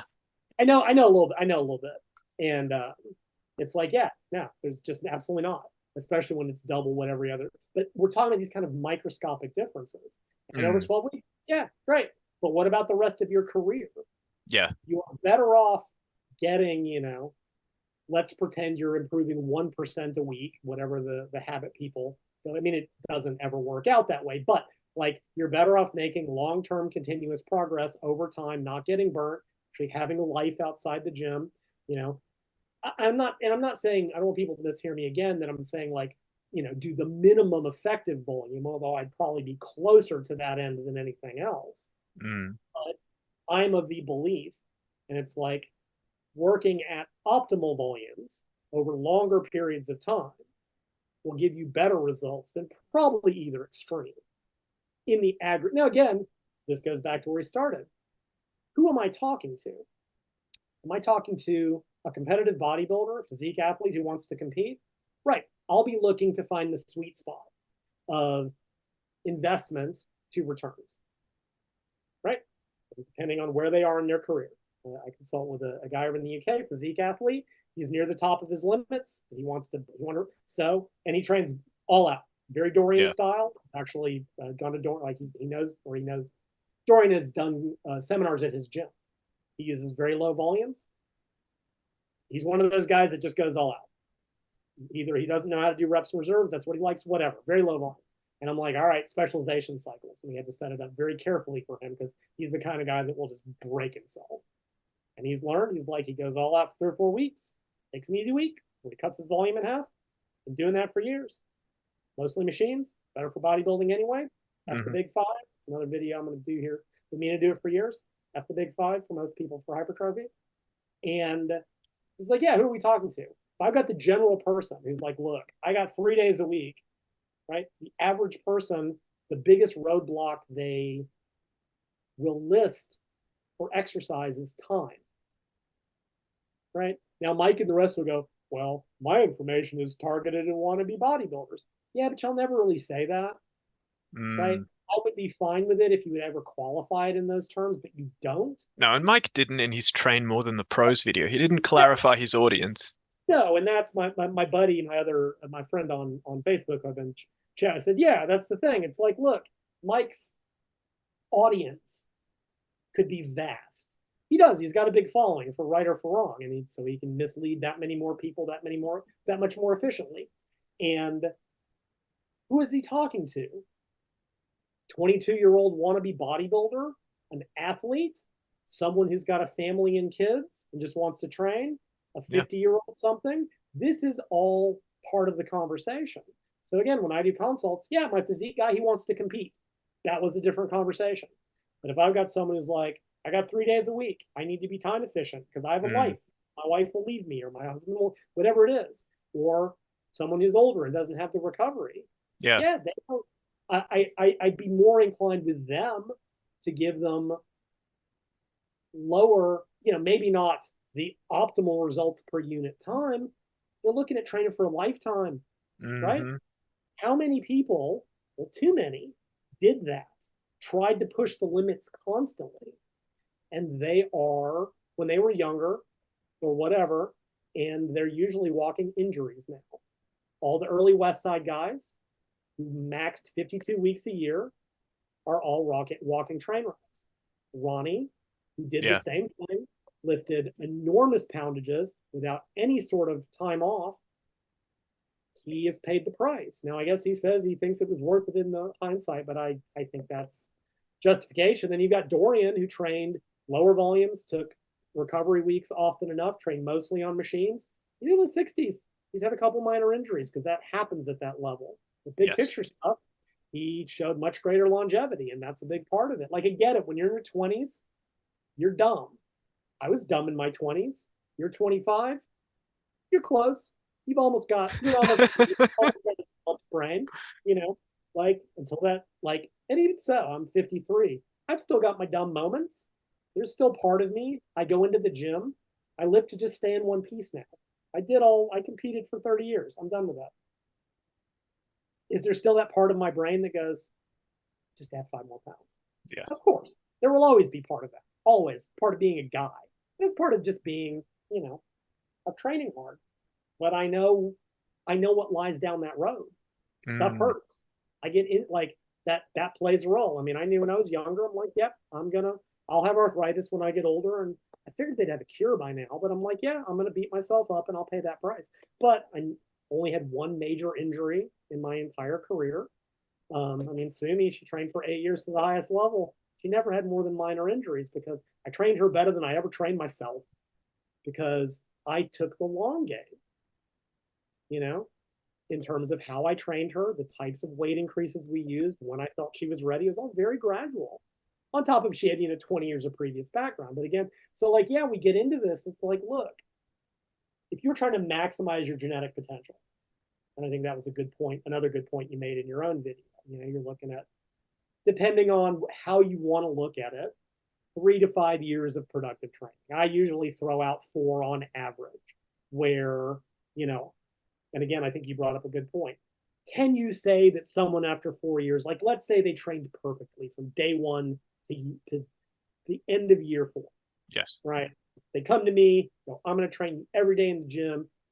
Can I say that they've hit their absolute upper limit and they'll never gain anything else? Of course not. However, it's an asymptote. Yeah. Something that a concept that there is an upper genetic limit that everyone knows. It will vary by person, tends to vary, people, the whole fat-free mass index, which is a whole nother, kettle of fish. That again, is it an absolute limit? No. And yet most of the people that used to argue with me about it, who were top-level bodybuilders, they never got past it.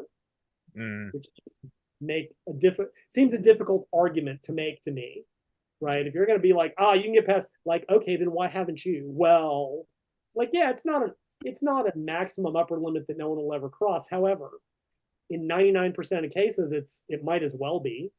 Most people won't even get to 25 unless they started at 23. Right. And yes, I realize limitations of the Pope study, all that other stuff. Everyone's like, well, here's a big football player, but they said they weren't taking steroids. Oh, yeah. I believe you. American football, there is no steroid use. I believe that a bunch of college, we know the drug use. But regardless of that, like you're looking at the upper limits of these high level athletes. And you diet them back down and take all of the fat, the water, the glycogen, the connective tissue, the lean body mass that's not muscle, and yet few of them get past it. So is it an upper limit? No. Might it as well be for most people? Yeah. It's probably better to look at it in terms of how much actual muscle someone has gained. I think that's a better way of looking. Because, like, yeah, if you're a big kid, right? If your FFMI when you're 16 is 24, yeah, you're probably going to get above that. But, and? Yeah. What's relevant is how much total muscle can you gain above normal? Because we know that there's a limit. I did a video on that, I think, last week or the week before. Someone asked me the really good question. Why does muscle stop growing? Right? Why is there a limit? And the answer is, I don't know, and nobody else does either, but here's some speculation on some things. But we know there is a limit. We know you will not grow perpetually. You will not get stronger perpetually. Right? Ed Cohn, who deadlifted 900 at the end of his career, he deadlifted 405 his first day. So did Benny Magnuson or Benny Benedict. Yeah. 405 his first day. So, like, yeah, he did 1,000 10 years later. Still only a doubling in the picture of things. You start strong, you'll end up strong. The guy lifting 135 to start is not going to get 1,000 ever without every drug known to God and man, and probably not even that.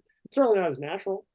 You see this rapid asymptote. So, yeah, at the 4-year mark or 3 to 5, whatever it happens to be, I can say with some degree of certainty that you are going to be putting in exponentially more effort for infinitesimally less results, right? You hear about these top naturals who, I love it when they jumped on the high frequency thing. They're like, yeah, workout's really working well for me. I'm like, dude, you haven't gained a pound in 5 years. Stop lying.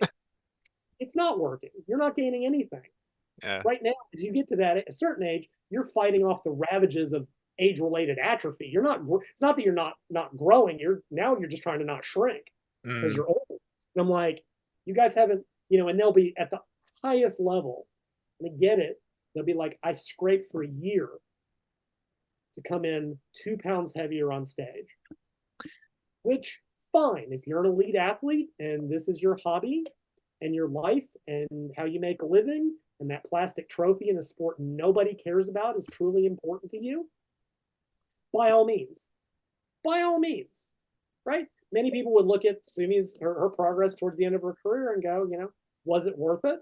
Well, yeah, to her at that point. And once she got to, it's time to stop, because you're not only not getting better, you're going to start getting worse. And who wants to do that? So for the average person, like, stop focusing on, wow, I can get these really fingernail thickness increases in muscle size by doing 2.5 times as much volume, rather than getting 3/4 of that, but being able to repeat that cycle after cycle after cycle after cycle without getting hurt, without getting burnt out, because that's always what happens. Because I can guarantee anybody listening to this, and then we can move on to the diet thing. Sure.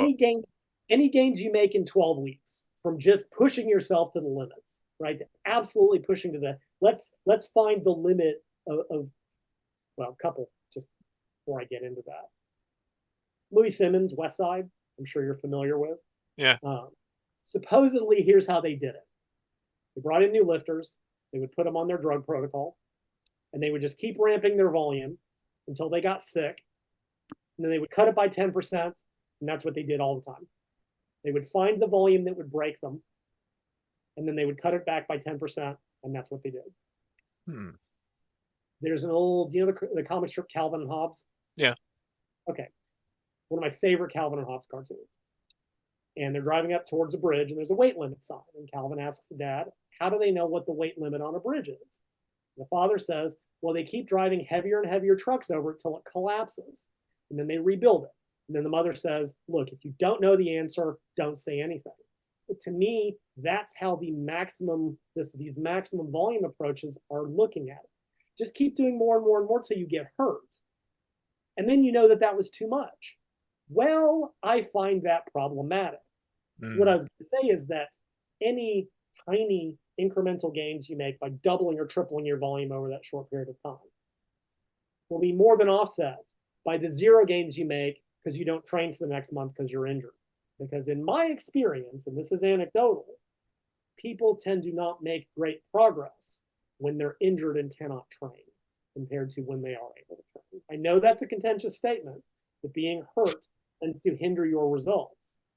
And I can't cite any peer-reviewed evidence on that. But in my experience, being hurt tends to harm your gains far more than doubling your training volume, which is what gets you hurt, tends to improve. Amen. People that have done high volume and high frequency, and 8 weeks later, they all have tendonitis. And the next 6 months of their training is terrible. Well, the gains you made in 8 weeks aren't worth what you lost. And in the long term, it just works better. It just does. Yeah. Good on you. Thank you, Lyle. One thing I wanted to touch on was this question of the Natty limit. Or effectively, what is a limit? Because although it may not be a true limit as such, it's still, an asymptote, and there comes this point where your gains are just infinitesimally small. Why do you think it is that people don't talk about the Natty limit more in the fitness industry? Is it that maybe it's because it would put them out of a job? I mean, that's we can only speculate.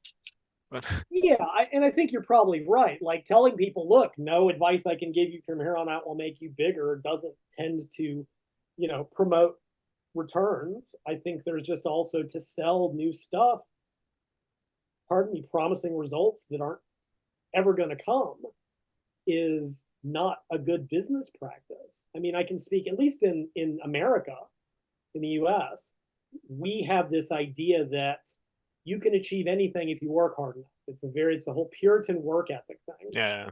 US lifters don't believe in limits because we've been told if you work hard enough, you can accomplish anything, which is the biggest load of bollocks ever. It's not true. People work their brains out constantly and accomplish absolutely nothing. You got to be lucky mainly. The hard work won't. So I think there's that, but I think you're absolutely right. I think it's like, look, if you were to tell people, hey, you've been training for so long, you've gained X amount of muscle and you're never going to gain anything else, well, they're going to stop watching your channel and you don't get that sweet YouTube ad revenue. Yeah. I mean, that is that. I mean, don't get me wrong. People are going to hear this and go, "Well, you do this to make money." Yes, we all work to make money. Make Nobody is an altruist unless they're born rich. I'm not saying, I'm not, you know, it's real easy to be altruistic and choosy when you're born with money. I'm not saying that, but what I'm saying is it's a matter of, are you making that money ethically, or are you just pandering into people's lies and false desires, because that's what it is. In bodybuilding especially, you have the drug issue, which is something that for decades nobody talked about, right? Joe Weider, I mean, it goes back even further than that, would hold up his steroid-fueled athletes without acknowledging the drugs. And he said, well, they got big using this supplement. And what you'd always see is some guy's been big for 10 years and suddenly the new magic product. Oh yeah, this is how I got my gains. But they knew people would believe it. And you have, when people who are provably on drugs, who have forgotten what it even means to train or diet without them, who have no idea, you forget how to train, especially in bodybuilding with the drug. And again, I did a video about that where I talked about what I've seen is typically natural powerlifters often grow better than natural bodybuilders, because powerlifters have it built into their brain to add weight over time. I totally agree with you. Bodybuilders don't frequently. Depends. There are many do, depending on, you can always tell. Some bodybuilding system is the weight on the bar doesn't matter. Just focus on the squeeze and the pump and the concentration and the feel. That's a drug fueled system, period. Yeah. And I'm not saying that feeling the muscle and mind muscle and all that stuff, I'm not saying that doesn't matter. I'm saying that you cannot do that in lieu of adding weight over time. All big natural bodybuilders are strong, or more to the point, they've gotten stronger over their career.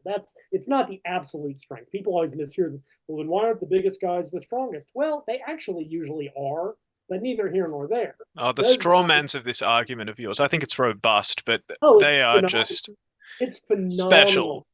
It truly is. The ones I've seen, people are like, well, then, or they focus on low rep strength. Like Dante Trudell summed it up the best. He goes, muscle growth is stimulated by growing stronger at a moderate repetition range. Boom, that sums it up, right? We're not talking about maximum singles. We're not talking about people with amazing biomechanics.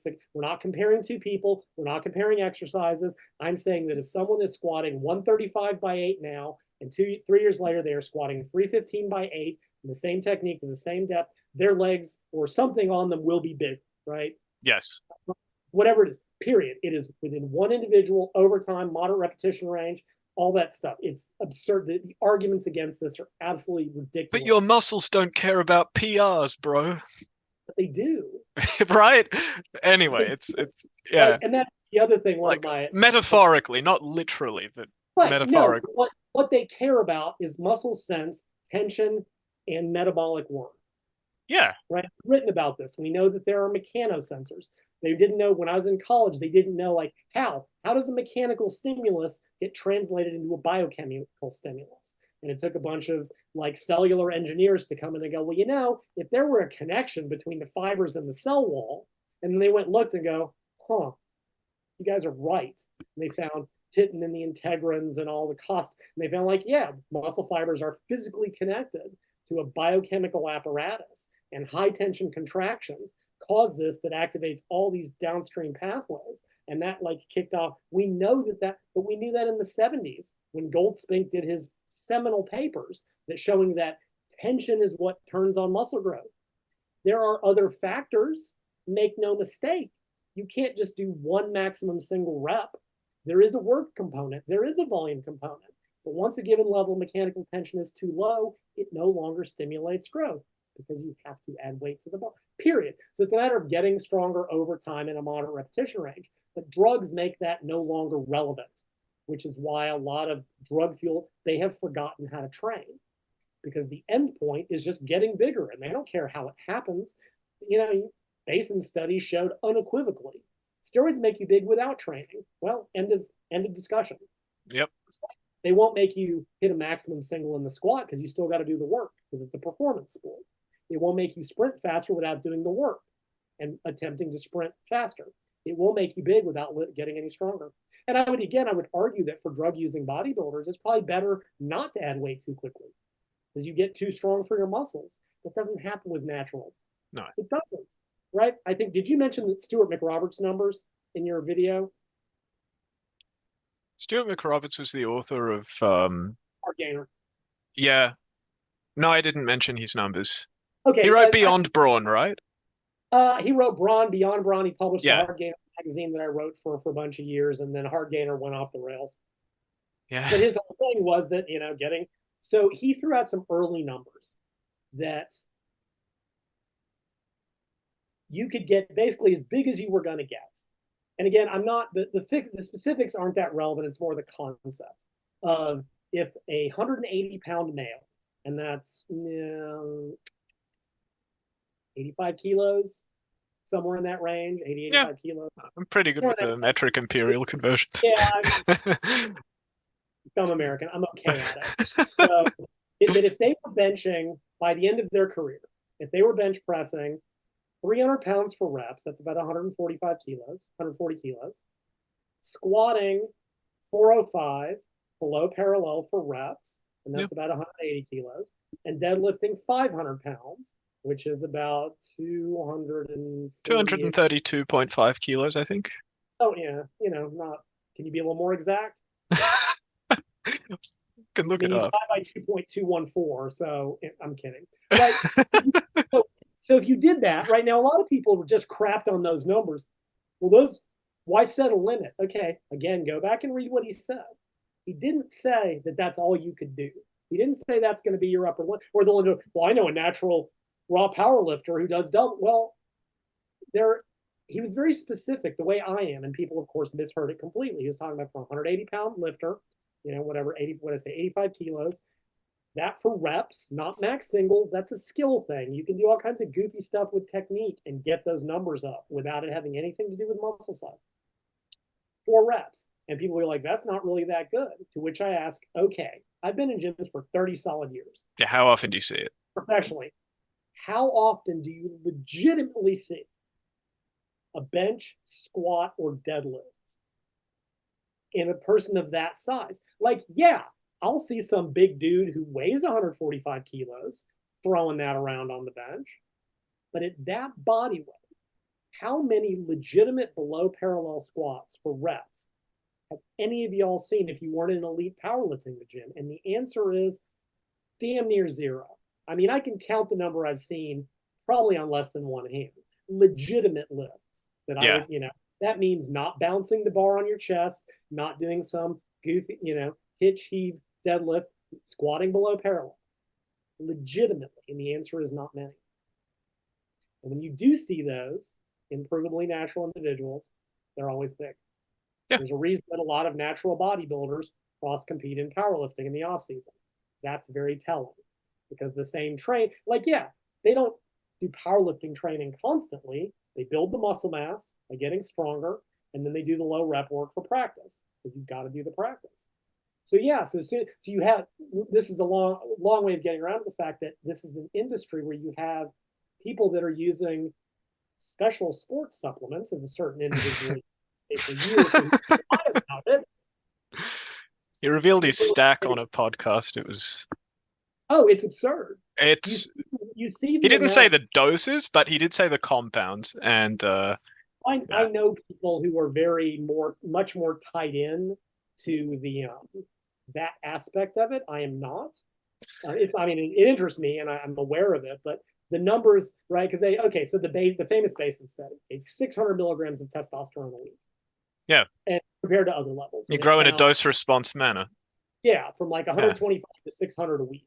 Yeah. And the highest level, they gained 10 kilos of mostly muscle in 20 weeks. Yeah. That is what a natural doing everything right with good genetics might do in their first year of training. Might. Yeah. Intermediate wouldn't even get that. Yeah. So 600 milligrams with the most basic stupid training you've ever seen. Now, I wrote a piece years ago talking about that and going, yeah, look. And again, it was funny. Somebody came in my Facebook group and was like, well, it won't make you a bodybuilder. I didn't say it would. And he Mm. couldn't understand that. What I said was, it will make you grow without training. He said, but it won't give you symmetry. It won't give you this. I go, have you been dropped? Like I said repeatedly, I go, I'm not saying it will. I am saying you will grow without training. Nothing Yeah. more, nothing less. My words are my dog he couldn't get it.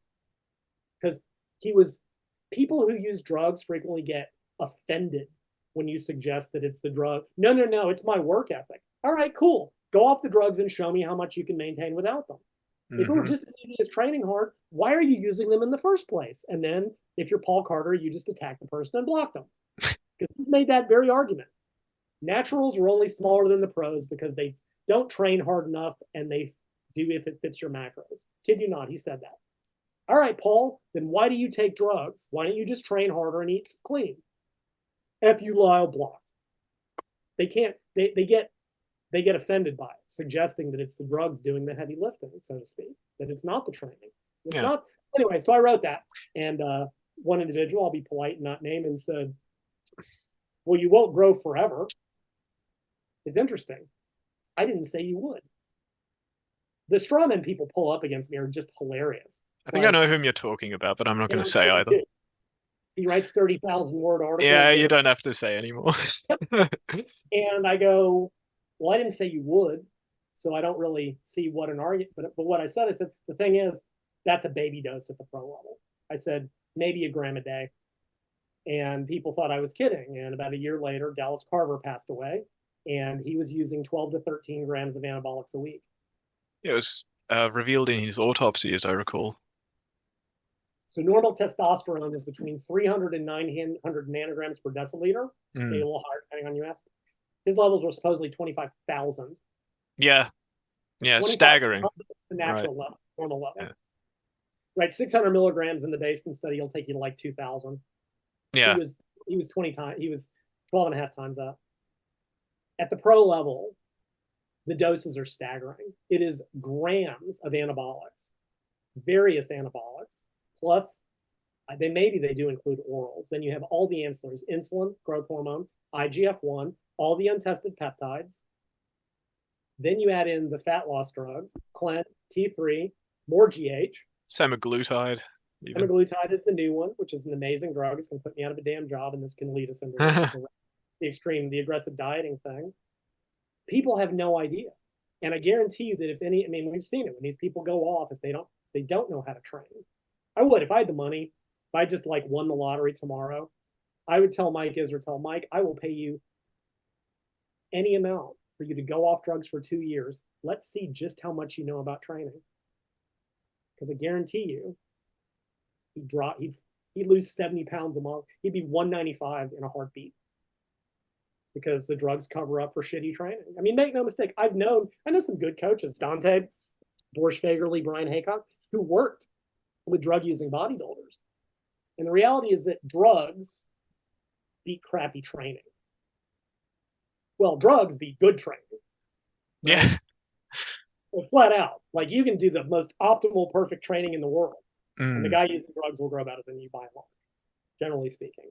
But drugs plus intelligent training work better than drugs plus crappy training. And again, I know these coaches that have taken guys that were using massive doses to make up for just bad training, put them on more effective training programs, and they grew better, usually with less. Yeah.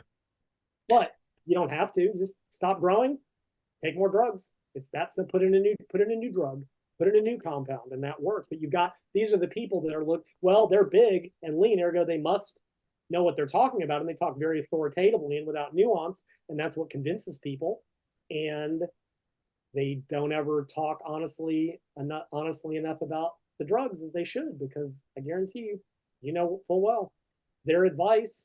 And even back in the day, how did when the bodybuilders went into contest prep, they would do more volume, because at least the story is that's when they would bring the drugs in. I've heard very different stories about what really happened, but they would use higher volumes and lower intensities because they had drugs to protect their muscle mass loss. And when naturals do that, they shrink. But not to mention, you'd have these pros that would do like 12-week diet cycle. because they could throw drugs at the issue. And Yeah. naturals will try it and never get close to being in natural bodybuilding now. 6 month prep is normal, frequently longer, because you can only do 12 weeks if A, you stay pretty lean year round, and you can only do that if you're on drugs to normalize your hormones, and B, you've got an endless array of drugs to throw at the problem. Then you can almost get to stage in 12 weeks. But when naturals are given that advice and given it without having the context of, yes, this training and dieting works when you're on 2 grams of gear a week, it's desperately misled. So it's very frustrating. But I mean, it's always been like that, and it's never going to change. Yeah. Thank you, Lyle. It's pretty grim out there that I feel that this is one, well, this is mere speculation, but you hear Reuters emphasizing the importance of eating big and nutrition, and I feel that these are considerations that don't matter nearly as much for naturals compared to, because the ceiling for growth is so much higher when you're enhanced, for yeah. Well, it's interesting. I think there's a couple things. Is one, yes, there's just the realistic rate of muscle growth in naturals is so depressingly slow. And when you actually math it out, like the amount of potential muscle growth in a month for, well, even a beginner, let's say beginner's getting a kilo a month, which is doing really well. Women will do about half that, by the way. And okay, takes about a 7,000 calorie surplus in theory. The math never works out that easily. That's a whole separate thing. I've been looking for over a decade to find out what the actual calorie requirement to gain a pound of muscle is or have kilo muscle is, and I've yet to find it. I've looked for years. Nobody seems to know, but let's say it's about 3,500 calories per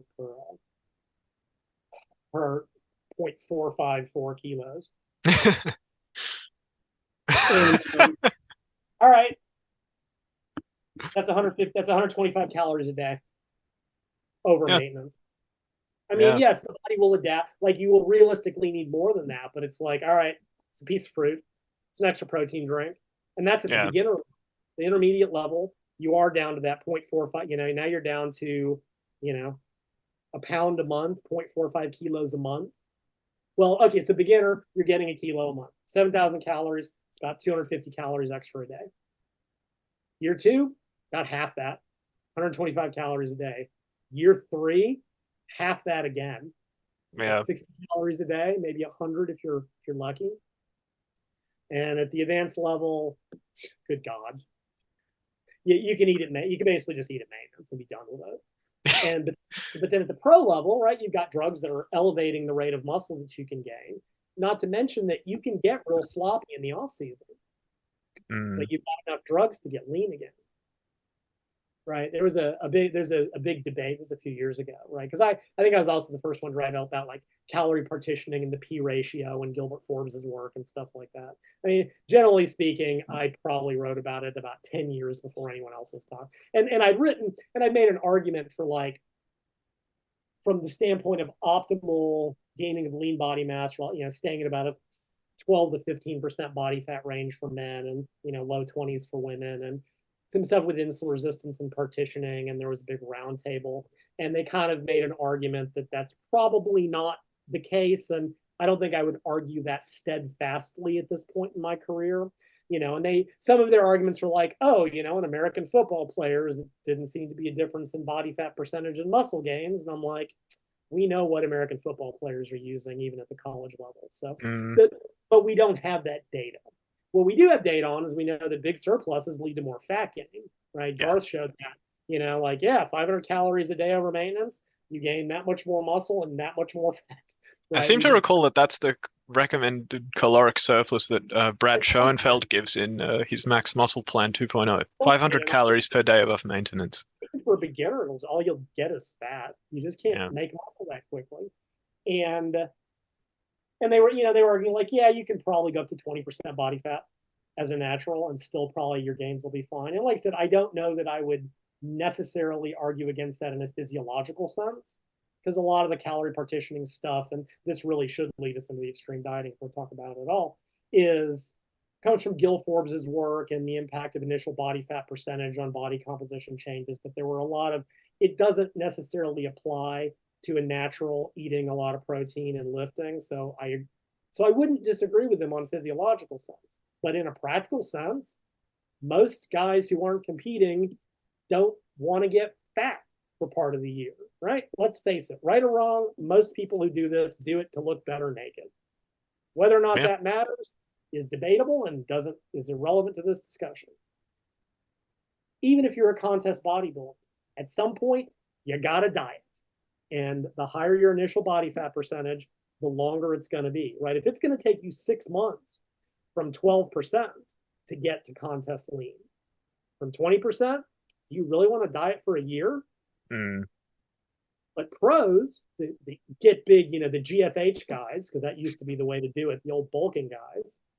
You know who Anthony Dutillo is? No. Anthony Tillo was a guy years ago. He was the master of bulk and power, and he would bulk up to 400 pounds in the off season, Whoa. then diet back down. And he also died very young of a massive heart attack, which is not any humongous surprise. Regardless, you cannot force feed muscle gain. It is really capped at a natural level. It's probably even capped to a lesser degree, even. But with steroids, you are elevating muscle protein synthesis 24/7, 365. When you train a muscle group once a week as a natural, it's up for about 24 hours, and that's it. When you train the naturals or whatever. But in a sense, I agree with you. Like, the GFH stuff is just terrible advice for naturals. All you get is fat, and you got to diet eventually. You just don't need a big surplus. But also, pros, the guys using drugs, they got all the nifty fat loss drugs to elevate fat loss coming back down, right? There's a famous picture of Lee Priest before and after, and he would get chunky monkey in the off season, and then he would be ripped 12 weeks later, but he had the ability to do it. Most, even with drugs, can't do that effectively, and you do have to diet down eventually. So I think there's a logic to staying leaner in the first place. One of the best things I ever heard, and this leads us directly into aggressive dieting, is, let me add before I get to that, I talked to somebody who knows a lot more about drugs than I do. And they actually agreed with me that for drug users, the nutritional component in terms of eating very frequently and keeping nutrients coming to the system might be more important than for naturals. And I don't disagree with that because the drugs are keeping everything elevated 24/7, 365. Insulin sensitivity is higher. You have to be able to eat enough calories. I think it was Adam Peeler, actually, a powerlifter I did a podcast with a while back. We talked about this. He goes, yeah, you got to eat 7,000 calories a day when you're that big and taking all the drugs. But B, you can't do that in 2 meals, right? You can't do that intermittent fasting. You can't do that in 1 meal a day.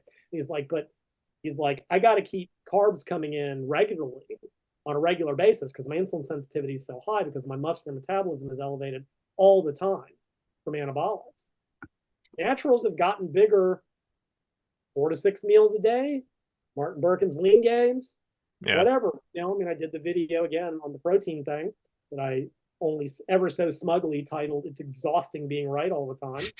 but I've been saying this for 20 years. I go, and it showed that if you just eat 100 grams of protein all at once, it just takes 12 hours to digest, and it maintains protein synthesis for the entire time. So separate it, don't separate it. Eat 180 grams first thing in the morning. You'll be anabolic for the next 24 hours. It just doesn't matter, or doesn't matter as much as people want to make it out to be. But for drugs, it may actually matter more in a weird way. Or you can take the argument of known guys that took a lot of drugs and they just eat at McDonald's every day. They just got to get the calories in. The drugs will put it where it needs to be. But again, they can get away with stuff that naturals just can't. Yeah. What I was sort of, go on. This is the transition, I promise. Okay. Bob once said, there's no secret to contest dieting. Take as many drugs as you can afford and starve for as long as you can stand it. And that's it. Wow. It's quite the protocol, Lyle. I mean, but it works. That's just it. That's actually, and they would have had an easier time now with semaglutide to keep their hunger from going off the map. That's one of Duchaine's things. And when it comes to contest dieting, the final battle happens at the refrigerator. As you're starving the others, and they, back in the day, bodybuilders would use cocaine and phentermine and fenfluramine, and now with semaglutide, I think that's gonna change the game for contest prep. As the stuff, like I said, the stuff's gonna put me out of a job. But I don't know if you have time, if you want to talk about aggressive dieting, or we can do another one because I talk too long. I've got time if you do, but I don't know if you want to talk for 3 hours. I think it might be better if we wrap this up now. Okay, yeah. Um, but um, just perhaps in closing, I could ask you about a potential response someone might give to your argument that it's difficult to see, or if not impossible, to see meaningful gains past the 3 to 5 year mark of proper training. Because invariably you'll have people respond by saying, well, I've kept on progressing past the 5 year mark, or here's some natural bodybuilder who has kept on progressing, albeit maybe at a slower rate, and therefore you're wrong, Lyle. I want to ask, what's your move here? Because I see three possible moves, and they're not all in Well, contradiction. Um, I think it, okay. Let me. I don't want you to lead me with your three possibilities because please, yeah, I think what this is going to come down to is semantic hand waving on my part. Now, everybody in the industry loves to talk. The thing is, I'm going to acknowledge up front that some of this is going to come down to semantics okay, and how we are defining certain things. good. Right. So, is there an absolute limit where you will not grow at all, zero at all? Yes, probably. There has to be, Mm-hmm. right?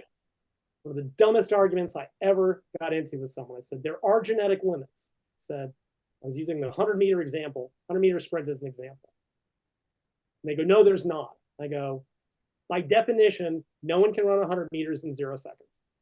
Yeah. Ergo, somewhere between now and then, there must be a point by under which no one can get past.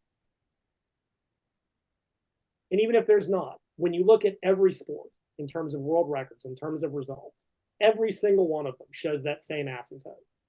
The marathon record is being improved. You know, we're talking about tenths of a percentage point under the most perfect, and most of that's equipment anyway. Right? Yeah. So is it an absolute limit no one will ever human? Well, there has to be. In many sports, it's a physics thing, right? Another story I like to bring up, Sir Chris Hoy, the best track, probably the greatest track cyclist in the history of ever, went to a velodrome in Bolivia. It's a high altitude velodrome where some world records are set because the air is very thin. And he went to try to break the kilometer world record. It was held by this French guy. He missed the record by 0.005 seconds, 5,000ths of a second. This is now the difference at that level. These are the levels, and the only sports really showing improvement are equipment. Yeah. Usain Bolt ran a 9.59. That was 14 years ago. No one's come close in that time. Not only has track sprinting not improved, it's regressed. Nobody's even matched them. Or back to bodybuilding. Is there an absolute limit above which you can make no further? Well, there has to be. There's at some point that the increase in protein synthesis and breakdown has to come in. It has to, and that's the video I did talking about some potential speculative reasons. So yes. How do we explain? So it's a matter of, are we saying, is there an absolute limit or is there a realistic limit, right? Where simply the rate of return for your investment is so small that it might as well be irrelevant, right? We can look at this in terms of fat loss.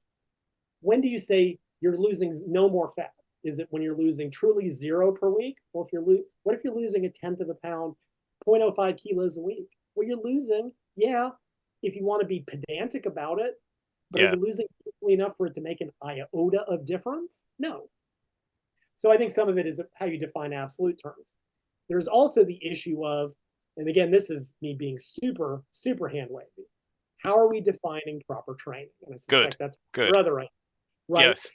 I'm making a big hypothetical assumption that you have trained perfectly. Because when we're talking about that, we're not talking about training age. I had a guy I worked with years ago for strongman. I was in Salt Lake. He trained for 20 years, and his technique on everything was awful. He trained badly for 20 years. You can find people all the time who were like, yeah, I faffed about for 5 years. We all did. We all faffed about when we were younger. We didn't know what we were doing. I'll talk to people and they'll apologize. Yeah, you know, I did all the dumb stuff in the bodybuilding magazines. I feel like so did I. Like, don't, you know, we all do. What else? How can you know what you don't know? Yeah. You come into it, that's the first thing you see is bodybuilding.com or fitness. Like, of course, that's we're all exposed to. We all did it. I just got older and experienced. Supposedly learned something. So we're assuming. So yeah, you got someone who's like, trained for 5 years, and then they start growing again because they didn't grow for crap the first 5. So we are assuming the hypothetically platonic perfect training cycle. Understood. Which in real terms will not happen under most circumstances. But presumably, the elite bodybuilder that they are invoking and saying, well, they've been training for 5 or 10 years and they're still making gains. Well, then we would ask, okay, but what magnitude are we really talking about here? Good. And under what context, right? Like, because we've got some measurement issues and some measurement errors. Like, yes. let's say we can go, okay, I can say with perfect, like, yeah, you can maybe they're bringing up weak body parts if they trained badly, so they gain, there's another half a pound, right? The guy I'm working with in the UK who's doing the physique, we're bringing up some weak, but maybe that'll be the next couple pounds. It'll have taken them a year. Are they still growing? Yes. Are they still growing meaningfully enough for it to matter to the average person who's never going to get beyond suck? I would say no. And is that something to hang your current training goals on? Well, this guy's still gaining 2 pounds a year after 10 years. Is that really? And again, eventually they're going to start shrinking too, because eventually age catches up with everyone. There's no getting around that. But then I would also argue, okay, under what conditions are we talking about? Because a lot of the times, I think where we've seen the biggest difference in natural bodybuilding in the modern era. Because the reality is, despite all this magic, the volume, the intensity, the biomechanical obsessive compulsiveness of doing the perfect lateral raise requiring a 79-degree joint angle. I know who I'm talking about. Won't mention him either. I know whom you're talking about. All this other gibberish. Yeah. Nobody is any bigger on average than they've ever been. Yeah. In powerlifting, average records are exactly the same as they've all. Now we see more freak show outliers. Ray Williams has squatted 1,000. He also weighs 400 pounds. Ed Cohn did that at 220. Right? So yeah, we are seeing more freak show outliers. We are seeing improvements in the divisions that have been proportionally smaller. Masters women especially, because they're new to the sport. They too will slow down. Go to any local natural bodybuilding show. Take a book. They're boring as hell. And the largest class will be the 75 kilo class. Who by all standards, when you see them in clothes, they don't even look big. When you see them on stage, they look amazing. How much do you weigh? 71 kilos at the moment. That's to my point. I'm not saying that it's not meant to be critical of you. It's to make a point. The number of 100-kilo in-shape natural bodybuilders that you will see are microscopic. On average, no one is any bigger than they were, despite all this magic.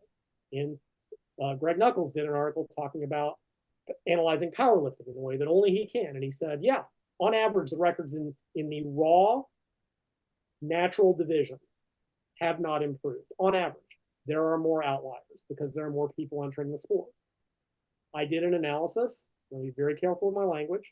The whole FFMI thing a bunch of years ago. I looked through one of the federations, all the natural bodybuilders that I feel are provably natural, right? We can always, that to me is a cop out.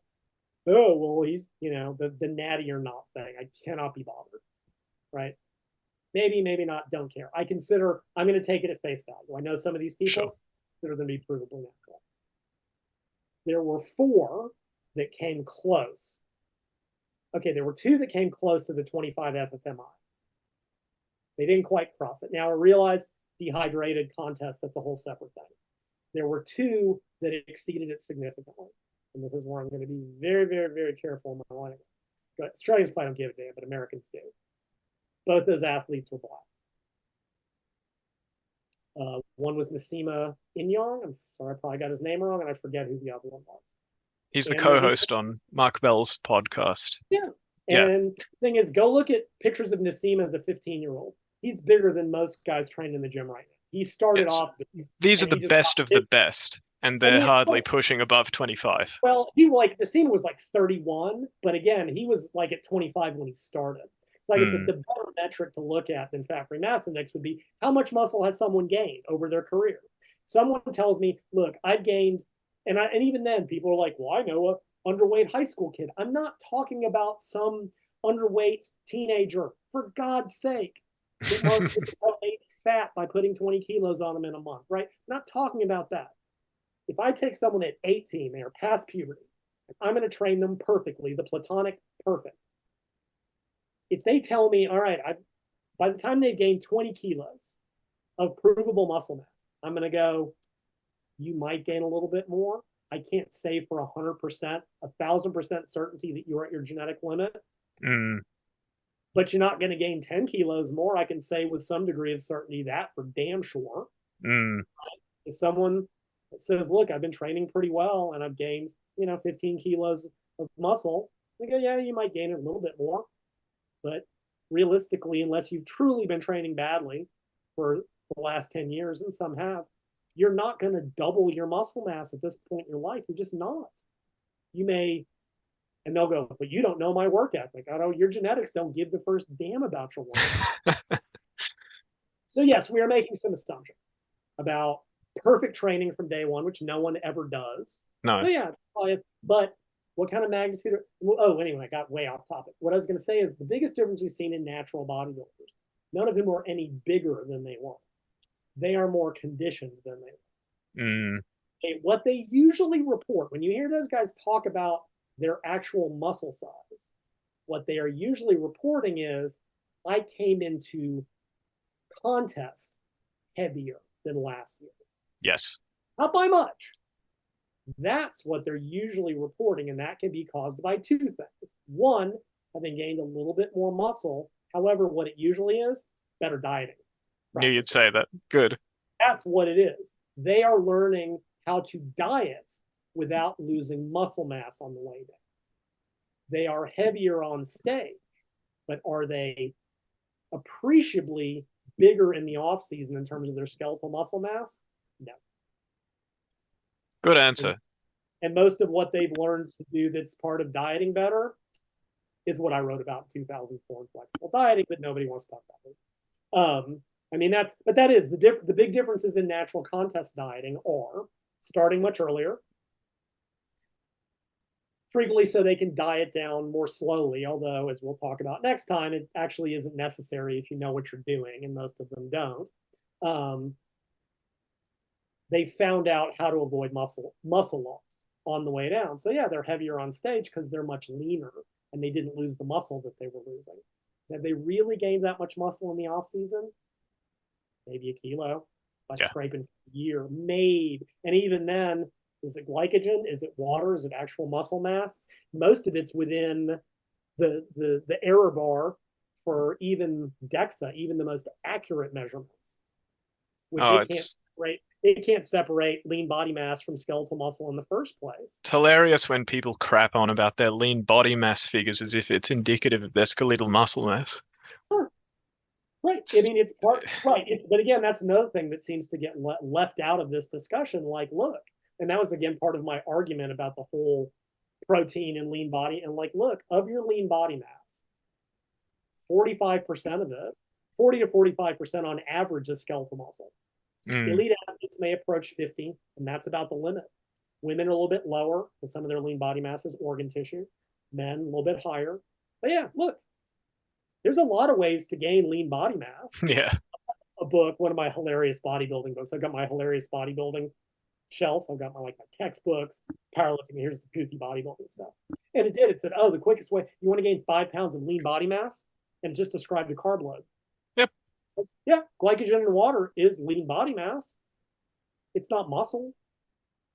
I had one of the early EAS, the Muscle Media 2000 guys, one of the creatine guys, because they would see like 3.5 kilos of lean body mass in a week. He tried to actually tell me that it was real muscle. And I'm just like, you're so full of it birds. I'm like, no, it's not. You cannot gain that much muscle in a week. Even steroids won't do that. The famous HMB study that what's his name was on, where they gained supposedly more muscle. Jacob Wilson gained more muscle in 8 weeks than steroids, based on steroid study. No, I believe you. but he manipulated that with a carb load. Yeah, lean body. And same thing with the FFMI. They'll be like, here's some big, Ray Williams has an FFMI above 25, right? Yes, Pope's work assumed a certain body fat percentage. And we know that as you gain a lot of body fat, you gain about 25% lean body mass. Glycogen, Yes. water, connective tissue. That's not what we're talking about. I mean, fine, you just want to be big and watery. It's good for strength. But if you're talking about actual skeletal muscle mass gains, that's the better metric. So yeah, they can crap on all, and confuse the two all the time. And many people do. We're doing it with the semaglutide work. One of the studies showed 50% lean body mass loss via DEXA. And I've seen people go, oh, see, it causes muscle loss. And you read the paper, and even the researchers go, DEXA can't distinguish between lean body mass and skeletal muscle mass. Those are different things. Skeletal muscle mass is very hard to measure. So yeah, these guys may be bigger or have more lean body mass. Did they gain more muscle? Probably not. Well, I mean, not probably. Or any real muscle they did. Is it worth the year they spent striping for? I mean, that depends on the person. You're a competitive elite bodybuilder or elite powerlifter, putting in the grinding work to make a 2.5 kilo PR may be worth it. Yeah. But the average person who's never going to step on stage, who's never going to even have the chance to be competitive, God almighty, why bother? I mean, again, that's me as an older man looking back, but I competed in most of the things that I did, not bodybuilding, that's for damn sure. And I put in the work because it was important to me. As soon as I retired, done. Yeah. Rather not to mention finally, and I will let you go, is even with training volume per workout, we know even the most aggro volume people, like again, it's funny watching Krieger, Brad's paper is right, but suddenly in his volume Bible, 6 to 10 sets is the maximum per workout. Well, shit, James, which is it? Is it 15 or is it 6 to 10? You can't have it both ways, but you do because you got to support, Omerta and, the whatever. But there is, even within a given workout, there is a rapid diminishing return on investment, right? 3 to 4 sets gets you the most of the growth that you're going to get out of that workout. Doing a few more sets gets you a little bit more, doing a few more sets, and then there's got to be a cap. That's the other thing that needs to get addressed in the research. It has to be an upper limit per workout, and you can't just infer it from the studies which is being done. We need to find out how many high tension contractions is the maximum that stimulate, and then all these dumb debates go away. If they would just do the right stuff, like don't just throw 15 studies of some random exercises, some random rest interval at it. Measure muscle protein synthesis. 3 sets, 6, 9, 12, 15. Let's find out. Let's find out how many mechanosensors in the body, like in bone. There's a maximum number of loading cycles. And once you've done that, that's it. You cannot stimulate any more improvements in that session. There has to be one for muscle. Figure out where it is directly by measuring muscle protein synthesis directly. That way all this, if it's 80 reps, cool. You can do 8 sets of 10 or 10 sets of 8 or whatever, or we can talk about stimulating or effective reps or whatever it is. It doesn't matter what the model is. That's even if you don't look at it that way. Krieger's initial meta-analysis was like, what was it? 3 sets gave you the most of the growth you were going to get. Like 6 sets doesn't even give you double the growth. It gives you 25% more. Maybe 8 sets gives you 12% more over that unit time. Okay. You're looking to maximize growth per unit training, do the 3 sets. If you want to try to get the most you can get over the medium term, maybe you go towards the higher volumes. But, like we talked about 8 hours ago, making that long-term progress with reasonable volumes that allow you to actually make progression without getting hurt works better in the long term anyway. And I still very much agree. Are you familiar with dog crap training? Yes. I do Dante early on, and as usual, we tied it up when we were younger men, and now we're buddies because that's how it usually works. We were young and we were fighting, and like whatever, it was all good fun. And one of his goals with dog crap, which for people listening to this is a rest pause system, he believed, and I tend to agree with him, that volume is what overtrains you. It's very hard to overtrain with intensity. Like you can get hurt, you're trying to go too deep into failure with certain exercises. But it's very hard to overtrain with intensity because it limits itself. You can always go do junk volume. Always. You can dick around in the gym for 3 hours. It's easy. As long as you don't work very hard. It doesn't do you any good. But his goal was to generate the maximum stimulus in the minimum volume. And again, I'm not saying dog crap is the ideal way to train. As a principle, his goal was, I want to stimulate the most growth with the least fatigue and the least amount of work to give the body the maximum recovery ability, make best long-term gains over time. And I think that can apply to straight sets as well. That can apply to this whole other debate. If 12 sets only gives you 10% more growth than 6, why not just do 6 for longer periods of time? Because if we assume that there is some effective limit, Yeah. you're going to get to it no matter how you get there. Yeah. Whether you get it 3 years by pushing yourself and possibly getting hurt, or take 5 years and get there a little bit more slowly, you're going to get to the same place no matter what. Excellent. So, yeah. And I raised that point in the video of my own about training more than the pros. Thank you, Lyle. You were great, brilliant as ever. And thank you for the takeaways. I should train more than the pros. There's no natty limit. And I should eat in a ginormous caloric surplus. That's no, I'm joking. I'm joking. John Stroller once said, there is no overtraining, only undereating. So clearly you can do as much volume as you want. Or you had the people that were big into Bulgarian. It was like, the body can adapt to anything. Why don't you train 24 hours every day? Because it can't. And whenever people try that stuff, the majority get hurt. Yeah. And again, this will be my final comment. The problem we also make is it's survivorship bias. People good. People look at the people who got to stage and went, well, they got to stage eating clean and being rigid and doing this. I go, that's fine. But 99% of them ended up with an eating disorder. So what's the more important lesson? People love to invoke the Bulgarians. Bulgarians were Olympic champions. Yeah, they were. And that system broke 65 out of 66 of its lifters. Mm. Who cares?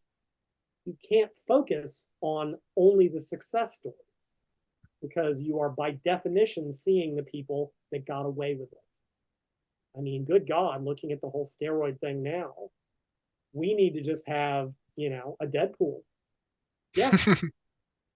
I mean, weekly we're seeing more. And now I don't know if that's because more people are actually dying or if because we're just more aware of it in the social media era.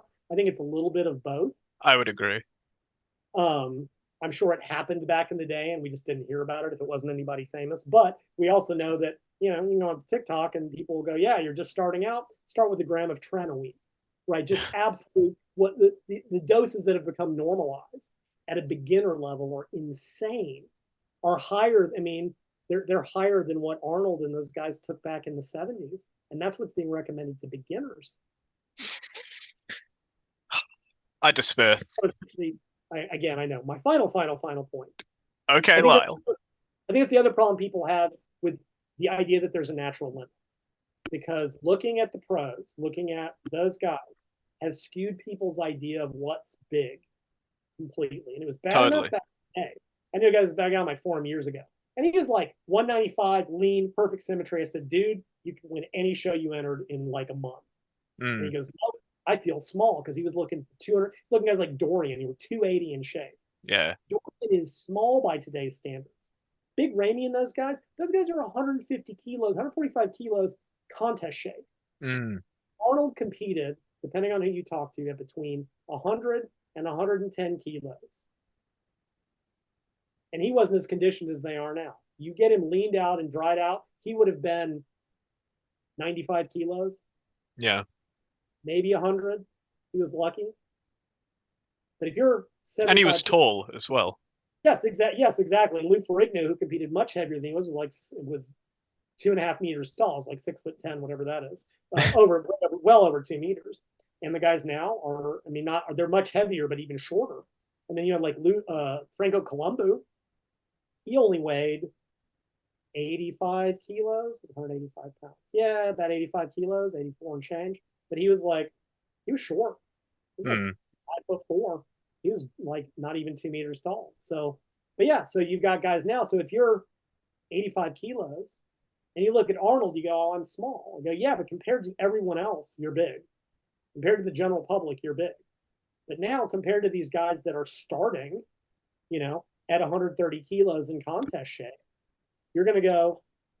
I saw someone argue one time that Eric Helms must not be at his natural limit because he only competes at 85 kilos, which is just the dumbest. I mean, you can't even. I don't even. I have no words to an argument that dumb. Go, well, Yeah. since he's not 100 kilos, he must not be at his genetic limit. It's like, no, for his height, he's absolutely at his limit. He's been training for 10 years. But I think people don't want to believe it because they're like, well, God, I mean, even if you're 90 kilos, even if you're like big in shape, you're like, but I'm small next to those guys. Like, yeah, well, put in 12 grams of testosterone a week and you too can be that big. So anyway, Yeah. I'm done. I promise. Lyle, thank you. You're great. I may want to say a few words to you off camera. I Yes, will terminate the recording now. But thank you very much for listening. I hope you learned a lot.